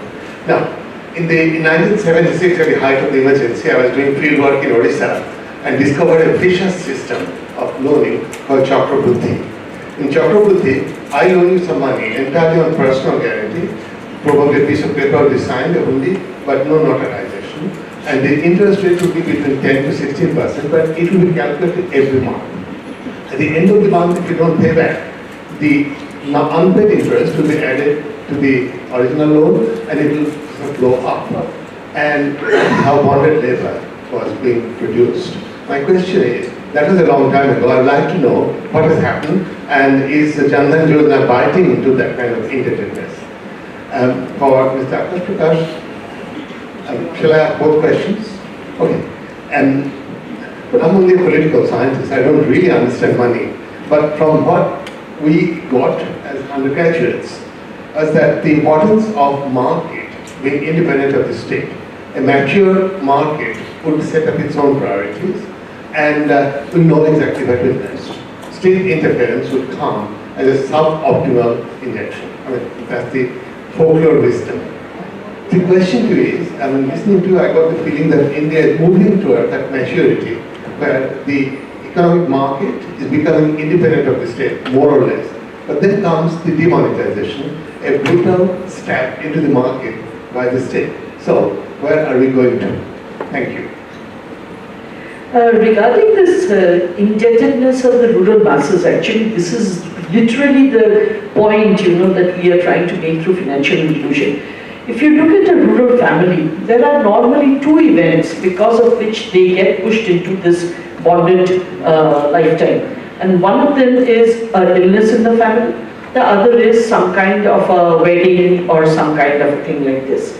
And normally at this stage what happens is people suddenly need funds which they don't have. And therefore, because there is no other collateral, they take money at extraordinary rates. Now what the PMJDY tries to do is, because now they are not only saving, because of the DBT they are getting some regular income in those accounts. And because of that, it enables us to calculate what is the kind of loan that they can support. So the moment we come to a conclusion that this particular account is getting a regular flow, and this is the amount that is remaining in the account, 10 times of that or 5 times of that we can afford to give. So what we do is we send them an SMS, because all of these also have mobile numbers. We send them an SMS in the local language, telling them that you can have an overdraft, which is a loan at will, at any point of time. All you need to do is just visit the branch once. When they come to the branch, they're made to sign one document. And thereafter, they're told you don't need to take the loan now. Keep it as your backup. Whenever you need it, suddenly you can just go and draw it. So, it gives them a kind of freedom which they have never ever had.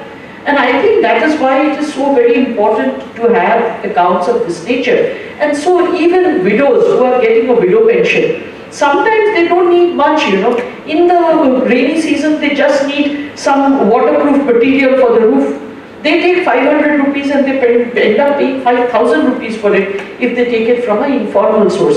If they take it from this overdraft, the 500 rupees at the most, they will pay something like 550 rupees over a period of 1 year. So there is a big difference in the way we are now administering this to what they were subject to earlier. The other thing, of course, that has made a difference is also microfinance. Microfinance is not as cheap as the bank, but microfinance does enable them to get money at much cheaper rates than the informal system. And today, microfinance has become much better because of the credit bureaus that have come up. You remember in Andhra, SKS had a big problem because the Andhra government also clamped down because there was multiple loaning to the same groups of people, and therefore they didn't have the ability to repay. Today that multiple loaning is getting taken care of because of the credit bureaus. So the same set of villagers are not being given multiple loans. So I think the rural distress in these matters is definitely coming down. And if we can continue on the same path, I see a time when their requirement for approaching the money lenders will really come down. To answer your question, I think the markets in India are very independent. The fact that the markets are voted with their feet on funding or recapping the PSU banks indicates that pressure. I've never received a call from anybody saying invest in this or invest in that. I don't think anybody in India has got my friends who run mutual funds and stuff. So I don't think that's any issue at all. I think demonetization was a gamble or a bet the government made. I think the intentions were good. Implementation in hindsight was not the greatest, which I don't think they could have probably foreseen as much. There have been some benefits in terms of the moving of money to financial savings, digitization, some benefits of demonetization. Has it been as beneficial as the government probably would have liked? Probably not. But frankly, it's the best they took. You can debate till the cows come home whether it's right or wrong. I think you never really answer that debate fully. I think there's no point fight the debate because that's water under the bridge. It's happened, it's over, it's done, India moved on. And it also a frankly shows the resilience of the Indian economy. I don't think many economies could withstand something like that and just move on. But so, India is a mixed economic system. The reality is PSU banks is a legacy of 1969. Indira Gandhi did it. Now, right or wrong, she had excellent intention, why, outcome, whatever it is. These are legacy issues which sometimes take time to resolve. And I don't think it's fair to blame one government or another government. It's difficult to do. There is a political imperative. I don't fully understand. I'm not a politician. I don't understand why it's so difficult to bring the state down below 51%. But I'm not a politician. I don't understand the election and take votes. So there must be some issue. Obviously, we will get it. But I mean, I'm not sure I'm answering your question fully, but I don't find any government interference with the function of the market beyond regulatory, which you may crib about India regulators sometimes they're too harsh, sometimes profitability is constrained because they're looking at it from the point of view of people. But it's frankly a decent framework. I mean, most markets you have an independent regulator, and most markets you have scope for appeal to like a tribunal or bureau, you have the courts. So it doesn't something bother me.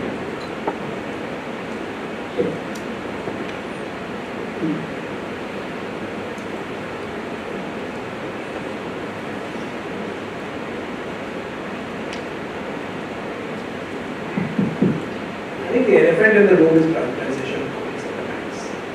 Clearly, Mr. Rai and I think Arundhati feel that privatization of public sector banks is not a good idea.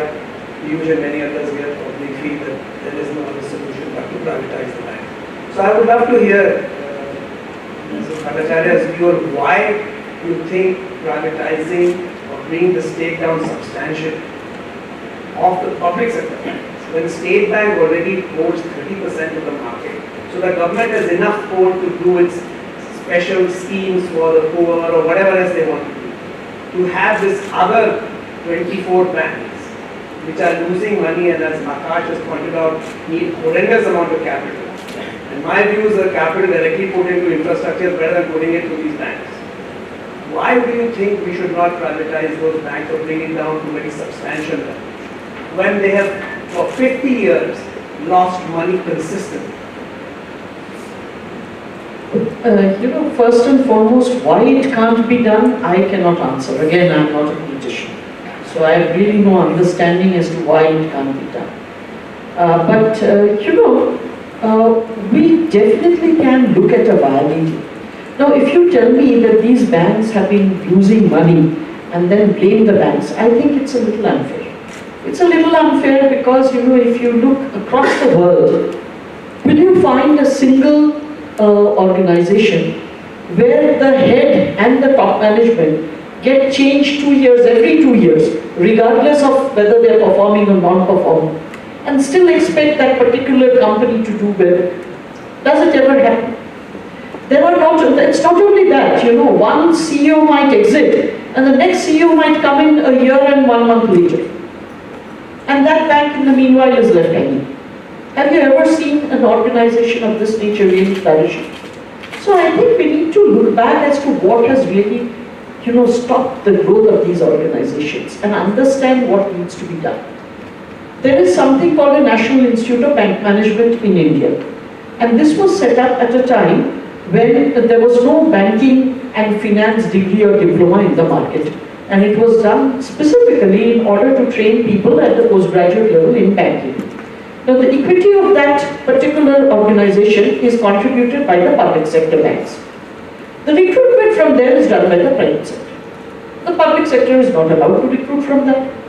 Now, if you put in such checks and balances on the way we get our HR and our skill levels, on the way that the top management or the CEO is taken out or put in, if you have all of these things, and we are a service organization, and you expect everything to be in apple pie order, I think we are not being very fair. So definitely, we need changes in these things. These are the areas where, actually speaking, we need to change as of day before yesterday. Okay? And unless and until these changes come, it is not a level playing field for the public sector banks. Everybody over here, Mr. Gupta just a little while ago was saying, give us a level playing field. All of these NBFCs and wallet companies can burn capital for 5 long years and nobody asks them anything. And if I make a loss for 1 quarter, everybody is on me like a ton of bricks. We are not even asking that. We are simply asking that where talent is concerned, where skill is concerned, allow us to have a level playing field. Today, for instance, in SBI, we have recruited from the market a few really good people. For instance, our Chief Technology Officer is from the market. 2 Deputy Chief Technology Officers are from the market. The Chief Marketing Officer is from the market. The chief economic advisor is from the market. Now, I have had to take them at market-related compensations, otherwise they won't come. But because of that, I have had to put them on contract. And that says that I can only renew the contract one time. After that, I can't renew them even if they are doing the best of jobs. Why? Because there is a Supreme Court decision that tells you that if you are renewing contracts beyond a particular number of time, that means actually that was a full vacancy. And for the full vacancy, I should have recruited in the normal way. Now, I can recruit in the normal way, but will the chief technology officer come at the kind of money that I was making? He won't. Why should he? There is so much of requirement of skills and talents in the market, they can name their price and they will get it. So we have to understand why I'm not asking that all the vacancies be done in this way, but definitely a certain percentage of it would be given to us. A risk management professional, let us look at the boards of the public sector banks. You name one public sector bank other than SBI that has a risk management professional on the board. And then you ask, why did PNB have an operational risk failure? There's nobody to guide on the board. You need the right kind of people on the boards. You need to empower the boards to actually do a proper guiding of the bank. Instead of one department giving you by writ that every bank has to do this. All the banks are not in the same stage of evolution. Some are more advanced, some are less advanced, and you have to change it according to that. So you need risk management personnel on the board, you need IT professionals on the board, you need HR professionals on the board. These are important. All that gets put on the board are chartered accountants. Chartered accountants are fine. But you also need other people. Today's day and age is different from what it was in 1969. So I think these are all things that we need to look at very, very closely and understand what really needs to get done. Just privatization is not everything. Yes, privatization may help in all of this, because what happens is the moment you privatize, you don't have to have the kind of compensation structure you have now. You don't have to just not recruit from the management schools, you will be allowed to do that then. So if privatization means giving these things, I think it's important. While at the same time, it would be possible for the government to have a social agenda, because they would still be the majority owner. So you need something like a DVR, which we don't have in India, probably something that gives rights to majority owners in some way or the other, to ensure that the social agenda is not lost sight of. So yes, we need to balance between the two and see where we need to get. Now, whether this can be done without privatization or it needs to be done only with privatization, this is a call that the government can definitely take. I will just give you the model that we use for our subsidiaries. Our SBI Life just IPO'd, just listed in the market. And the multiples that they were given was better than the multiples that the private sector subsidiaries got. In the Indian market, SBI Life today has the greatest growth percentage. Okay? Not only that, it has the least mis-selling percentage also. Now there is a company that has public sector DNA with the private sector agility, because they are not subject to these public sector restrictions regarding compensations, regarding HR, etc. So they have the agility to get people from the market at market-related compensation rates. We don't pay top quartile, but we do definitely pay top of second quartile in that company. And that company is going great guns. So you have a perfect example there, how a one-step removal from the government ownership can really make a big, big difference. Because they are grandfathered, we own them. So though the government owns us, we own them. So to that extent, it's grandfathered from the government. And it's working beautifully well. And if you look at all of my subsidiaries, all of them are doing great in the market. So the fact of the matter is that the model is available. We need to be able to implement it. Whether there is some other issues that the government has, I don't really know. But I do believe that, we need to change from where we are. From where we are is not working. We need to definitely change. So, Mr. Pandey, you seem to be a little dazed. Maybe Piyush, you'd like to say something. You are an insider, now you're an outsider. Well, Why being an insider?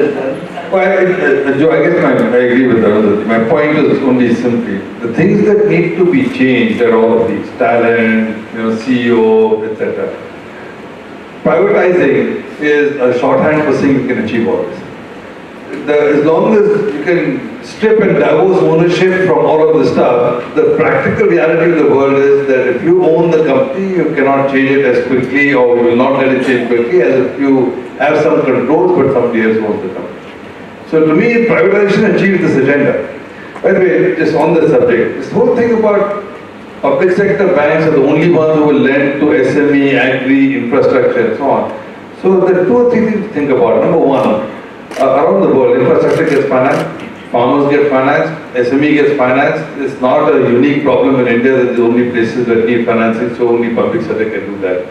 Number two, if the underlying issue is the markets or the private sector will not do it because these are not economic financings to do, then we should really think very hard, because it will perpetuate the public sector loss problem forever. Right? If they're economic, then why do you assume that the private sector or the markets will not do it? So if you say they're economic, then people will find the models to finance them. If they're not economic and therefore you need to coerce somebody to finance them, then you've got to wonder, is that the right model? Because you will keep perpetuating a loss-making situation. So I'm not sure that's the right reason for saying we need ownership because we need to have these banks make loss-making loans. I'm not sure that's a good answer. But I think to bottom line, if you want to really run a professional financial system, I think it is not, we also have to recognize that ownership matters. And to me the DBS model is it's a great model. The government owns 30% of DBS. At the same time, by the way, till 1999, the DBS problem was exactly the same. A secretary from the government was rotated out to run DBS. They used to run DBS for 5 years. Actually, Mr. Pillai has had the honor of doing that at one time with best. But they run, and I have a lot of respect for Mr. Pillai. Mr. Pillai is not a banker. And therefore, when you bring somebody from health to come and run a bank for 2 years and then go out and run something and so on and so forth, you do not build the requisite long-termism, the skills, etc. that we talked about. It's absolutely correct. So you have to professionalize management, you have to professionalize talent, you have to do all the things we talked about. I think that is not divorced from the question of ownership. See, one thing only in the PSBs, it's not only the top man. From the level of DGM, that is the first stage of senior management, each of the banks, whenever they promote them, they send them to another bank. Now, a Bank of Baroda and a PNB and an Indian bank and the Bank of India are not same. So this guy goes there, he stays there for 1 year, 10 months, gets his next promotion, moves to another bank. Then gets his next promotion, moves to another bank. So 3 promotions before he becomes MD, 4 banks. No, they are not, even Einstein would be able to run the bank that way. You definitely need to be there for a while to understand. I was in the bank for 40 long years, but even I had a learning curve when I became chairman. Okay? And I was very, very lucky to get 4 years. At least I could really make at least some amount of difference. But it's very difficult to do it in 2 years, which is what is being done right now. Very difficult. I plead not guilty. I wasn't running the bank. I was just the chairman. A well-controlled chairman. Well, somebody has to carry the cross for government. I might as well do it, having been a parasite of government for the last 40 years. What I was wanting to say was that privatization is not a panacea. It can't be done one stroke. It is a process, and that process is commenced. But alongside that process is lots of other things about training managers, making it much more commercial, trying to divorce it from government or politicians, etc. The point I was making about infra lending was only this. Let's suppose hypothetically we privatize. You will come up with eight HDFC banks. All of them will lend the way HDFC Bank has lent. It's lent to SME, it's lent to agriculture, but all of them will be competing only in the retail space. It's true that public sector banks have lent to infrastructure and lost money. But then they have lent to infrastructure to a very large extent that inflation. But I'm not saying that only public sector can do that. Private banks can also do that. All that I'm saying is it will have to be over a period of time, it cannot be done overnight. And that process, I think, has commenced in two ways. One, Keynote Address, which I said was the IBI bank case. It's in the pipeline. Number two, on the other side, is trying to professionalize people to ensure that they don't change 4 times, as she said. It's not 4 times, actually they change only once. It's only after the general manager level that you become an executive director and you change your bank. And when you become a managing director, you change. That's all. It's only a 2-step process. But then, that's been the way it has been happening. Now, they are trying to ensure that once a CEO is appointed, it's only easier for 5 years. That's what the aim is.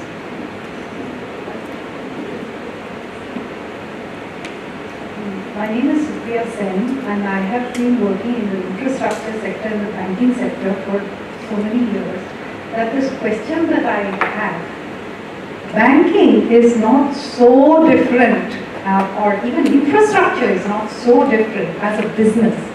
And today, when you're seeing technology is making even the big banks wonder whether they will be in existence at all because of the way the Alibabas of the world, the Ant Financials of the world are moving and able to take those specific segments, whether it's, I mean, I'm just saying in India, Yes Bank did the dairy farmers, and in India, those dairy farmers who were never getting any financing at all made it grow so much that now that's a huge sector. So I'm just saying that would that, someone will eat your lunch if you're not going to do something about it. So why can't we draw an example from the infrastructure sector? Good regulation means that you have regulation, you have control of the parts that need to be controlled, and as Mr. Pandey said, you directly finance those parts which only government can finance or the state can finance, the way the quadrilateral, golden quadrilateral was financed in India under Mr. Vajpayee. So we don't have any politicians in this room. Why can't we have a discussion of what, and my question is to Mr. Piyush Gupta, can you draw us a vision of how it would look like if the specialist Bajaj Financials of the world do something, the SRAE Financials do the construction equipment, the NBFCs in different parts than the Yes Bank does one. I mean, they all, you allow the vibrancy of private sector to go into areas where the bank has not been able to go in, while having a space for government to finance through the SBIs of the world. So can you draw us a picture as to how it would appear? You just do the picture. Not very much more to add. I think one of the things got to play, by the way, be interested to know, the 5 biggest infrastructure banks in Asia outside India are the 2 Japanese private banks, HSBC, Standard Chartered and DBS. All private banks. So the idea that private banks don't want to do infrastructure finance is not valid. But the project has got to be bankable. So your problem is if you want a non-bankable project to be financed and therefore you want to arm twist the public sector doing it, then you're perpetuating a problem which I don't think is smart. That over long term you have to make sure projects are bankable and financeable by private sector interests. Every other country in the world achieves that. And I think if you can achieve that bankable projects, now how do you get bankable projects? Sometimes, in fact a lot of cases, you do need public-private participation. So PPPs are good because a lot of times the projects need 20-25-year payout, and banks, even banks like us who go long, we go 12 years, etc., but we are reluctant to go beyond that. So you do need some ways to get the tail risk. The tail risk you can do either through the export finance agencies or you can do through government participation.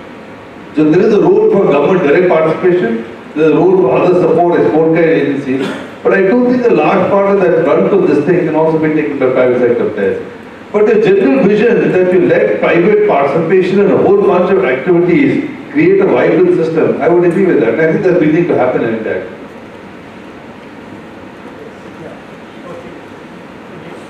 Okay, my question is that, okay, besides the issue of the NPAs, there's another issue which I see that can actually harm the availability of funds that they can be lent, which is the flight of capital. The thing is that if you look back in 2008-2009 during the time of Ben Bernanke, when the US was undergoing quantitative easing, the BRICS countries as well as India actually benefited from a lot of funds that came in.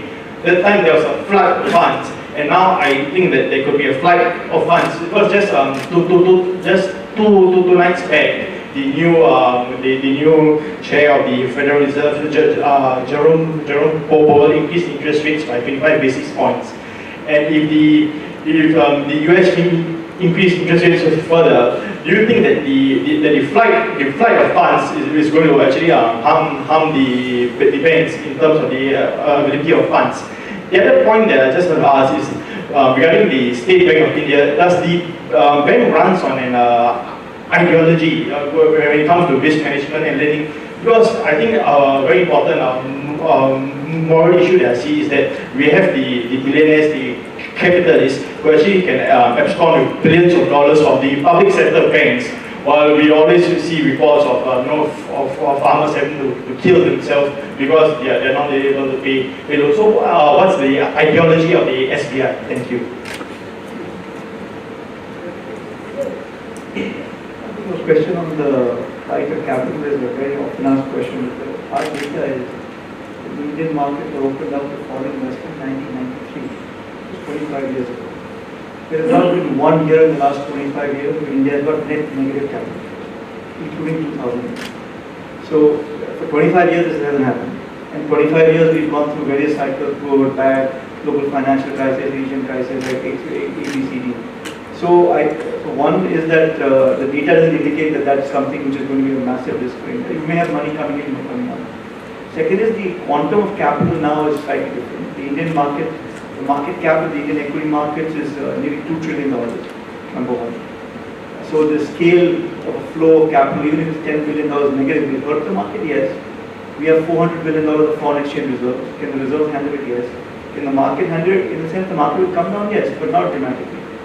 Number three is that you have a situation where you now, as I tried to point out, the flow of financial savings, that on the margin, the leadership of the Indian market is moving from foreign capital to domestic capital, which I think is a very good thing actually. In the sense today, if you look at the last 12 months, the driver of the Indian market has not been to foreign capital. I mean, DFI, it's been domestic capital.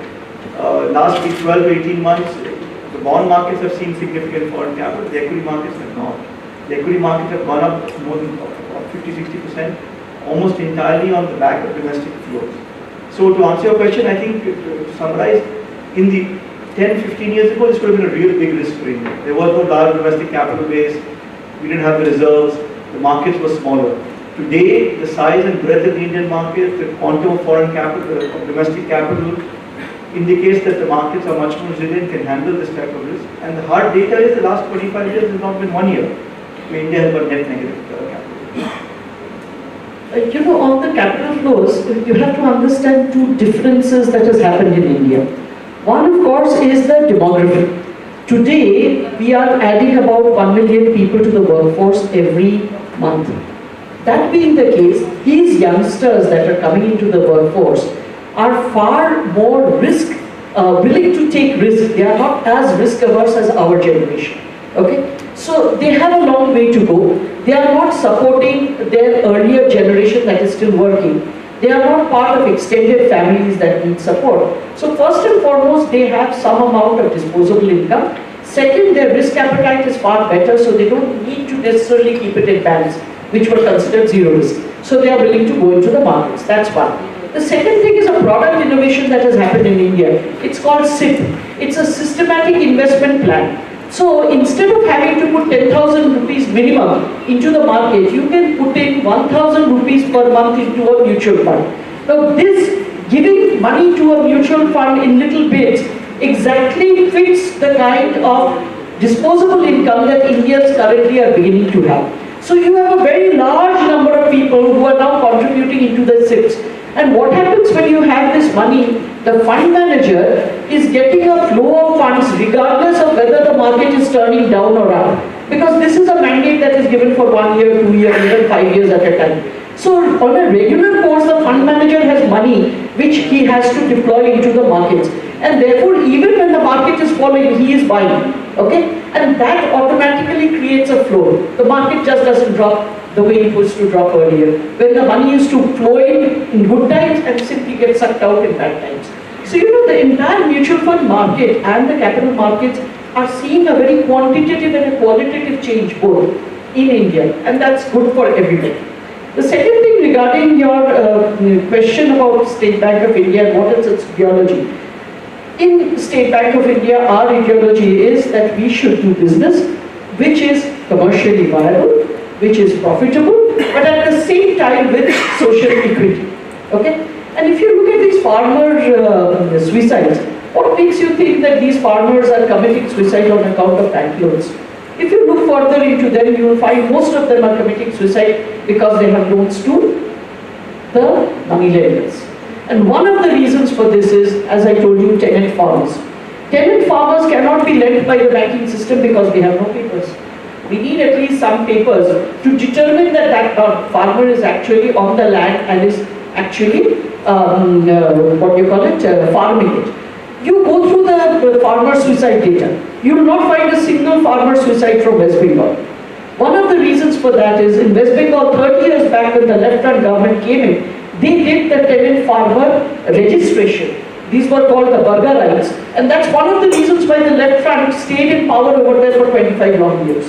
It was a very seminal reform, and because of the burger rights in West Bengal, we are able to include them into the financing. But this is not there in most of the rest of the country. Because the landowners are very powerful, they don't want the tenancy to be registered. They fear that their hold on the land will come down, and that is the reason why you have these farmer suicides. We've been in fact telling the government time and again two things to be done. One is the tenant farmer rights, which this time has come in the budget for the first time. And the second is that they must give subsidies not for crop loans, but for creating capital on the land, that is for term loans. Because that's the only way that we are going to increase the productivity of the land, which at this point of time is low, because there is no capital on the land. It's a kind of, every day, you live for every day. You somehow do your farming and somehow sell it and manage a subsistence farming to the entire people. So you have to understand that, just because you see it in the media, and very strangely our media is one of those media that loves to put out all the stories without the full facts. So therefore, you have to sort of strain what the media is saying to understand what are the facts of the case. Similarly, in respect of these few people who have run off abroad, frankly speaking, it happens in other countries as well. Only thing is, media has better things to do instead of scream about these stories all the time. For that matter, when Barings went down, only for one day the UK papers had a headline saying Queen's Bank folds up. But that was one day. After that, it became page 5 news. Not in India. In India, it will be the number one news till the next one, next scam hits, because that's the way they are, fashioned, and that's the way they work. But let me tell you this, that today, if the public sector banks had not lent money to infrastructure, have you gone to India recently? Have you seen the airports there? Where do you think that money came from? Who gave the money for those airports? But the airports are doing okay. Why? Because the traffic projections for the airport were correct. Now, if you look at some of the other areas, they are not doing well. Power is not doing well. What's the reason? First of all, the estimates that were given for us didn't take into account the inefficiencies of the discoms. There are places in India where even today there is 84% transmission and distribution loss. 84% transmission and distribution loss. Do you think any organization can remain viable after that? So nobody took into consideration the fact that you're privatizing the generation, but you're not privatizing the discom and the transmission. If you look at Turkey, in Turkey, the first thing they privatized was the discoms, then they went after the transmission and then the generation. In India, we've got the model upside down. Now, you can always say that the bank should have known this. I agree, the bank should have known this. But we were also new at that point of time in doing power, and therefore we lent. We lent because the government projected that power requirement. We lent because the government gave those licenses for those power plants, and that's why we lent. And now we are stuck, because none of these discoms have the ability to bid for that power. They prefer to cut power rather than give power, because with something of that nature, the TMD losses, every unit of power they supply, they make bigger losses. So So we have to understand that all of the economy must work properly before you can see real growth taking place. And I think the government understands this as well. In parcels now they are taking out the discom and privatizing them. In this particular place that I talked about, 82% TMD loss, that particular piece has been privatized. And the people who are running it, I was discussing it with them, in 1 year, they have reduced the losses to 34%. And that fellow was telling me, ma'am, when I took this, I was told that nobody is going to take your call because they'll have to pay for it. And he says, you come to my office and see every day there is a queue for people wanting to become my customers, because at the end of the day they realize that if you have good quality power 24/7, you are actually spending much less. Because otherwise, with the kind of power they were getting, they were spending more on repairs of their equipment, home equipment, than they would have actually paid for power. So the fact of the matter is there are various anomalies in several sectors of the economy, and unless and until you put them all together, you won't get the right kind of answers.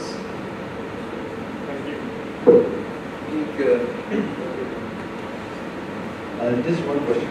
What is the extent of the NPA problem that we envisage in the banking sector, particularly as against the loan book of, let's say, maybe PSU banks or entire banking sector as a whole? And if we can classify as to, there is some ever-cleaning kind of thing which is happening. So, to what extent is that ever-cleaning happening, to the to the extent of amount of loan book, let's say, the figures floating in the market is somewhere around from 40% to 60% of the loan book. That's ridiculous. I'll tell you something, much of it is already recognized, because the RBI has been steadily tightening the norms, okay? And the last one that they have come with is even a one-day default. Okay? So the fact of the matter is, I think in the next 2 quarters, whatever is to be recognized will fully be recognized.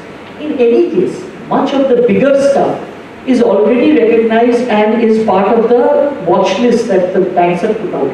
Even this time, for instance, when the RBI said for SBI there was a divergence, 83% of that came from the watch list.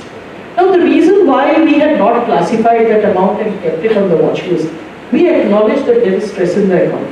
But what happens in the Indian system, again, because of the huge amount of media attention you get, the moment you classify an account as NPA, it is somehow equated with criminality.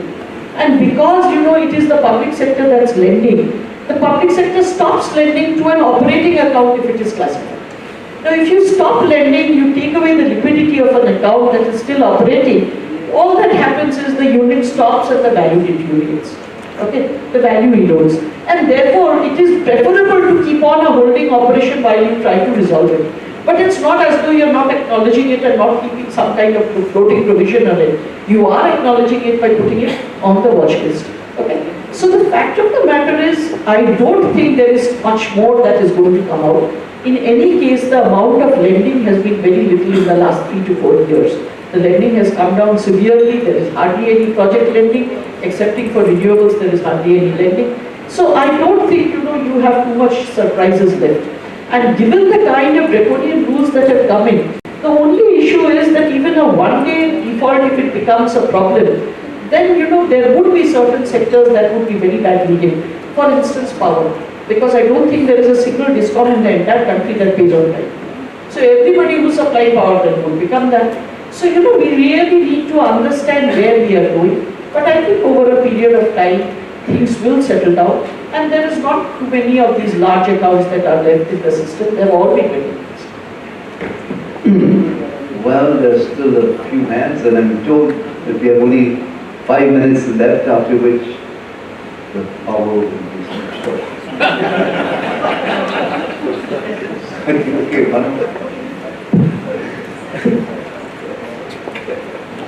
Hi, my name is Manav Sudan. I want to follow up on that comment by Mr. Gupta, who was saying that Singapore can play a role in funding India's growth, which is obviously going to be good. Specifically, in the consumer side, corporate, capital markets, and so on. How do you think a Singapore bank, for example, could navigate through the regulatory and other tax environment and so on to make a significant contribution to India's financial situation?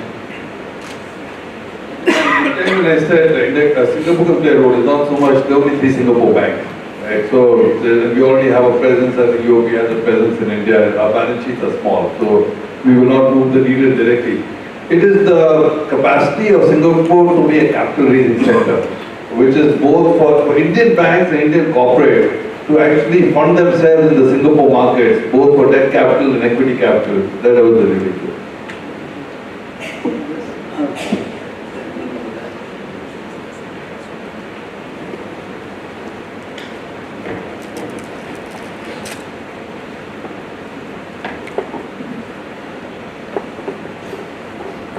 Hi, my name is Tyagesh. Thanks a lot for all the inputs. It's been a fairly enriching experience, and thanks to all the panelists.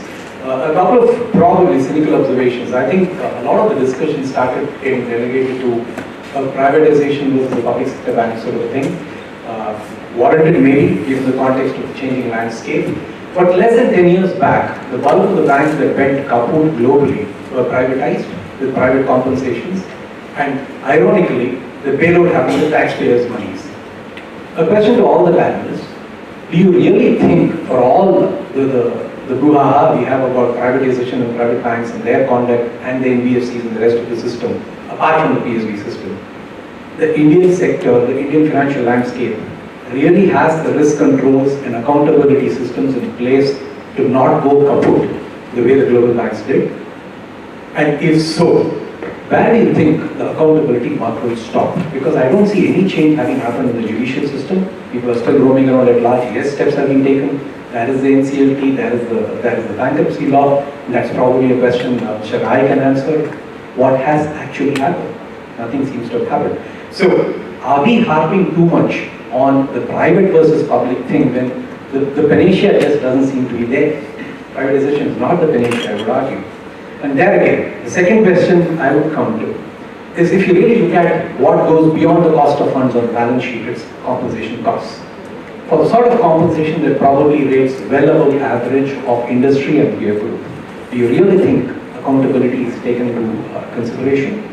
If that's not the case, since we are talking about a changing landscape, are changes being brought about to get accountability to the table? Point 3. Is there the equivalent of an ETF that can happen? Mutual funds got disintermediated completely, where cost got knocked down, where the AMC structure got questioned, where the 2-10-20 structure just went out the door because the ETF came into being. Is there an equivalent apart from technology that we see happening in banks? Is it going to be brought about internally, or does it need to be forced from the outside? Thank you. I'm not sure they were not rhetorical questions. If they weren't,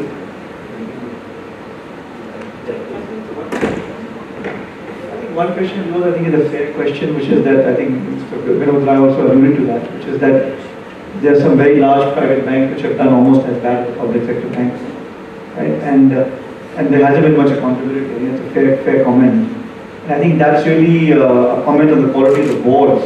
I think the board problem quality is not a problem just in the PSU bank. In the PSU bank, the board problem is a problem in terms of capability and government nominees and stuff like that. I think the problem of some of the large private sector banks, the board problem is just that the board is been captured by the management, for lack of a better word. So I think it's a fair comment. I mean, we were with Tamal Bangapadhyay recently in some discussion, and we asked him this question, and his argument was exactly the same thing, that in any other financial system, some of the large Indian banks would have seen change in management forced by the board or forced by shareholders. So you can argue, you can blame shareholders that we are not activist enough, which is probably a fair comment. And you can blame boards. What were the boards doing? Because I think Mr. Rai and also made some very valid comments that it is not my intention also to paint the PSU banks as being fundamentally inferior to the private banks. I think they are fighting with one arm tied behind the back. The point we are arguing is that arm should be untied, and then they can fight a fair battle. I think it's a very valid comment that many of the Indian large private sector banks, which are focused on corporate India, have asset quality issues almost as bad as the public sector banks. And there's no accountability. That's also a fair point. I know there are some more questions, but we have to ask Gopi. I got a slip of paper, presumably inspired by you, that we had 5 minutes, and that was 10 minutes ago. Maybe last question. Last question, okay. We haven't had any questions. Mr. Rai, the question is for you. Do you think that the present system of reforms which have been set in process, whether it is in the banking sector or in the Indian economy, do you think it is an irreversible process? Or, I mean, like, in view of the recent setback that the government has faced in terms of losing certain crucial by-elections, and there are murmurs that the government may not come back to power, or even if it comes back to power, it will come back with a reduced majority. If that is the case, do you think that there will be a change in this trend? How do you see it?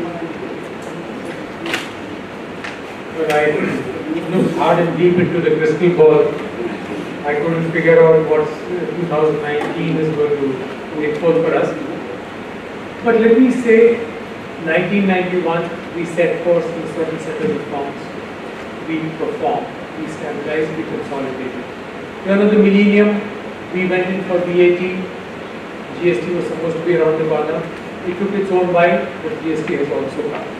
So I would believe that the process is very largely irreversible. There might be some glitches here and there, but those glitches will be very minor, kind of reforms that we have set course on, irrespective of which government. I don't want to make a comment upon it. These are irreversible, and I think we are on the course to deliver along those lines. Somebody talked about judiciary and accountability over here. I just want to add 30 seconds on it to say that 30 years back, 20 years back, you wouldn't have been able to dream that a Shashikala, a Jayalalitha, or a Lalu Prasad Yadav would go to jail. At least that process has started. So there is an element of deterrence, and I think we are on course on that.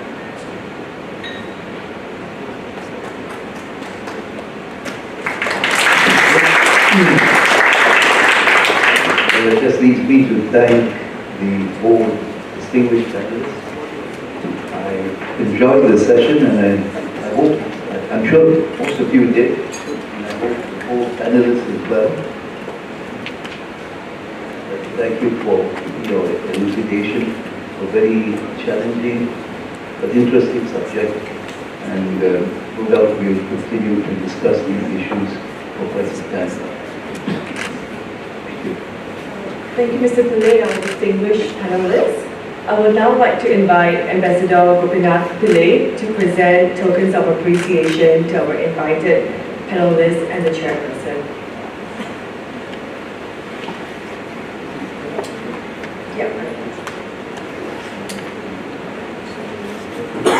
So first to Mrs. Arundhati Bhattacharya.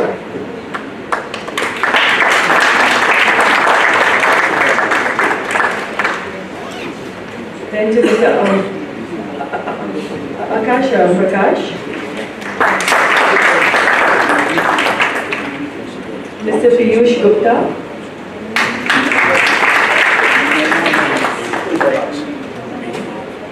And to Mr. J Y Pillay.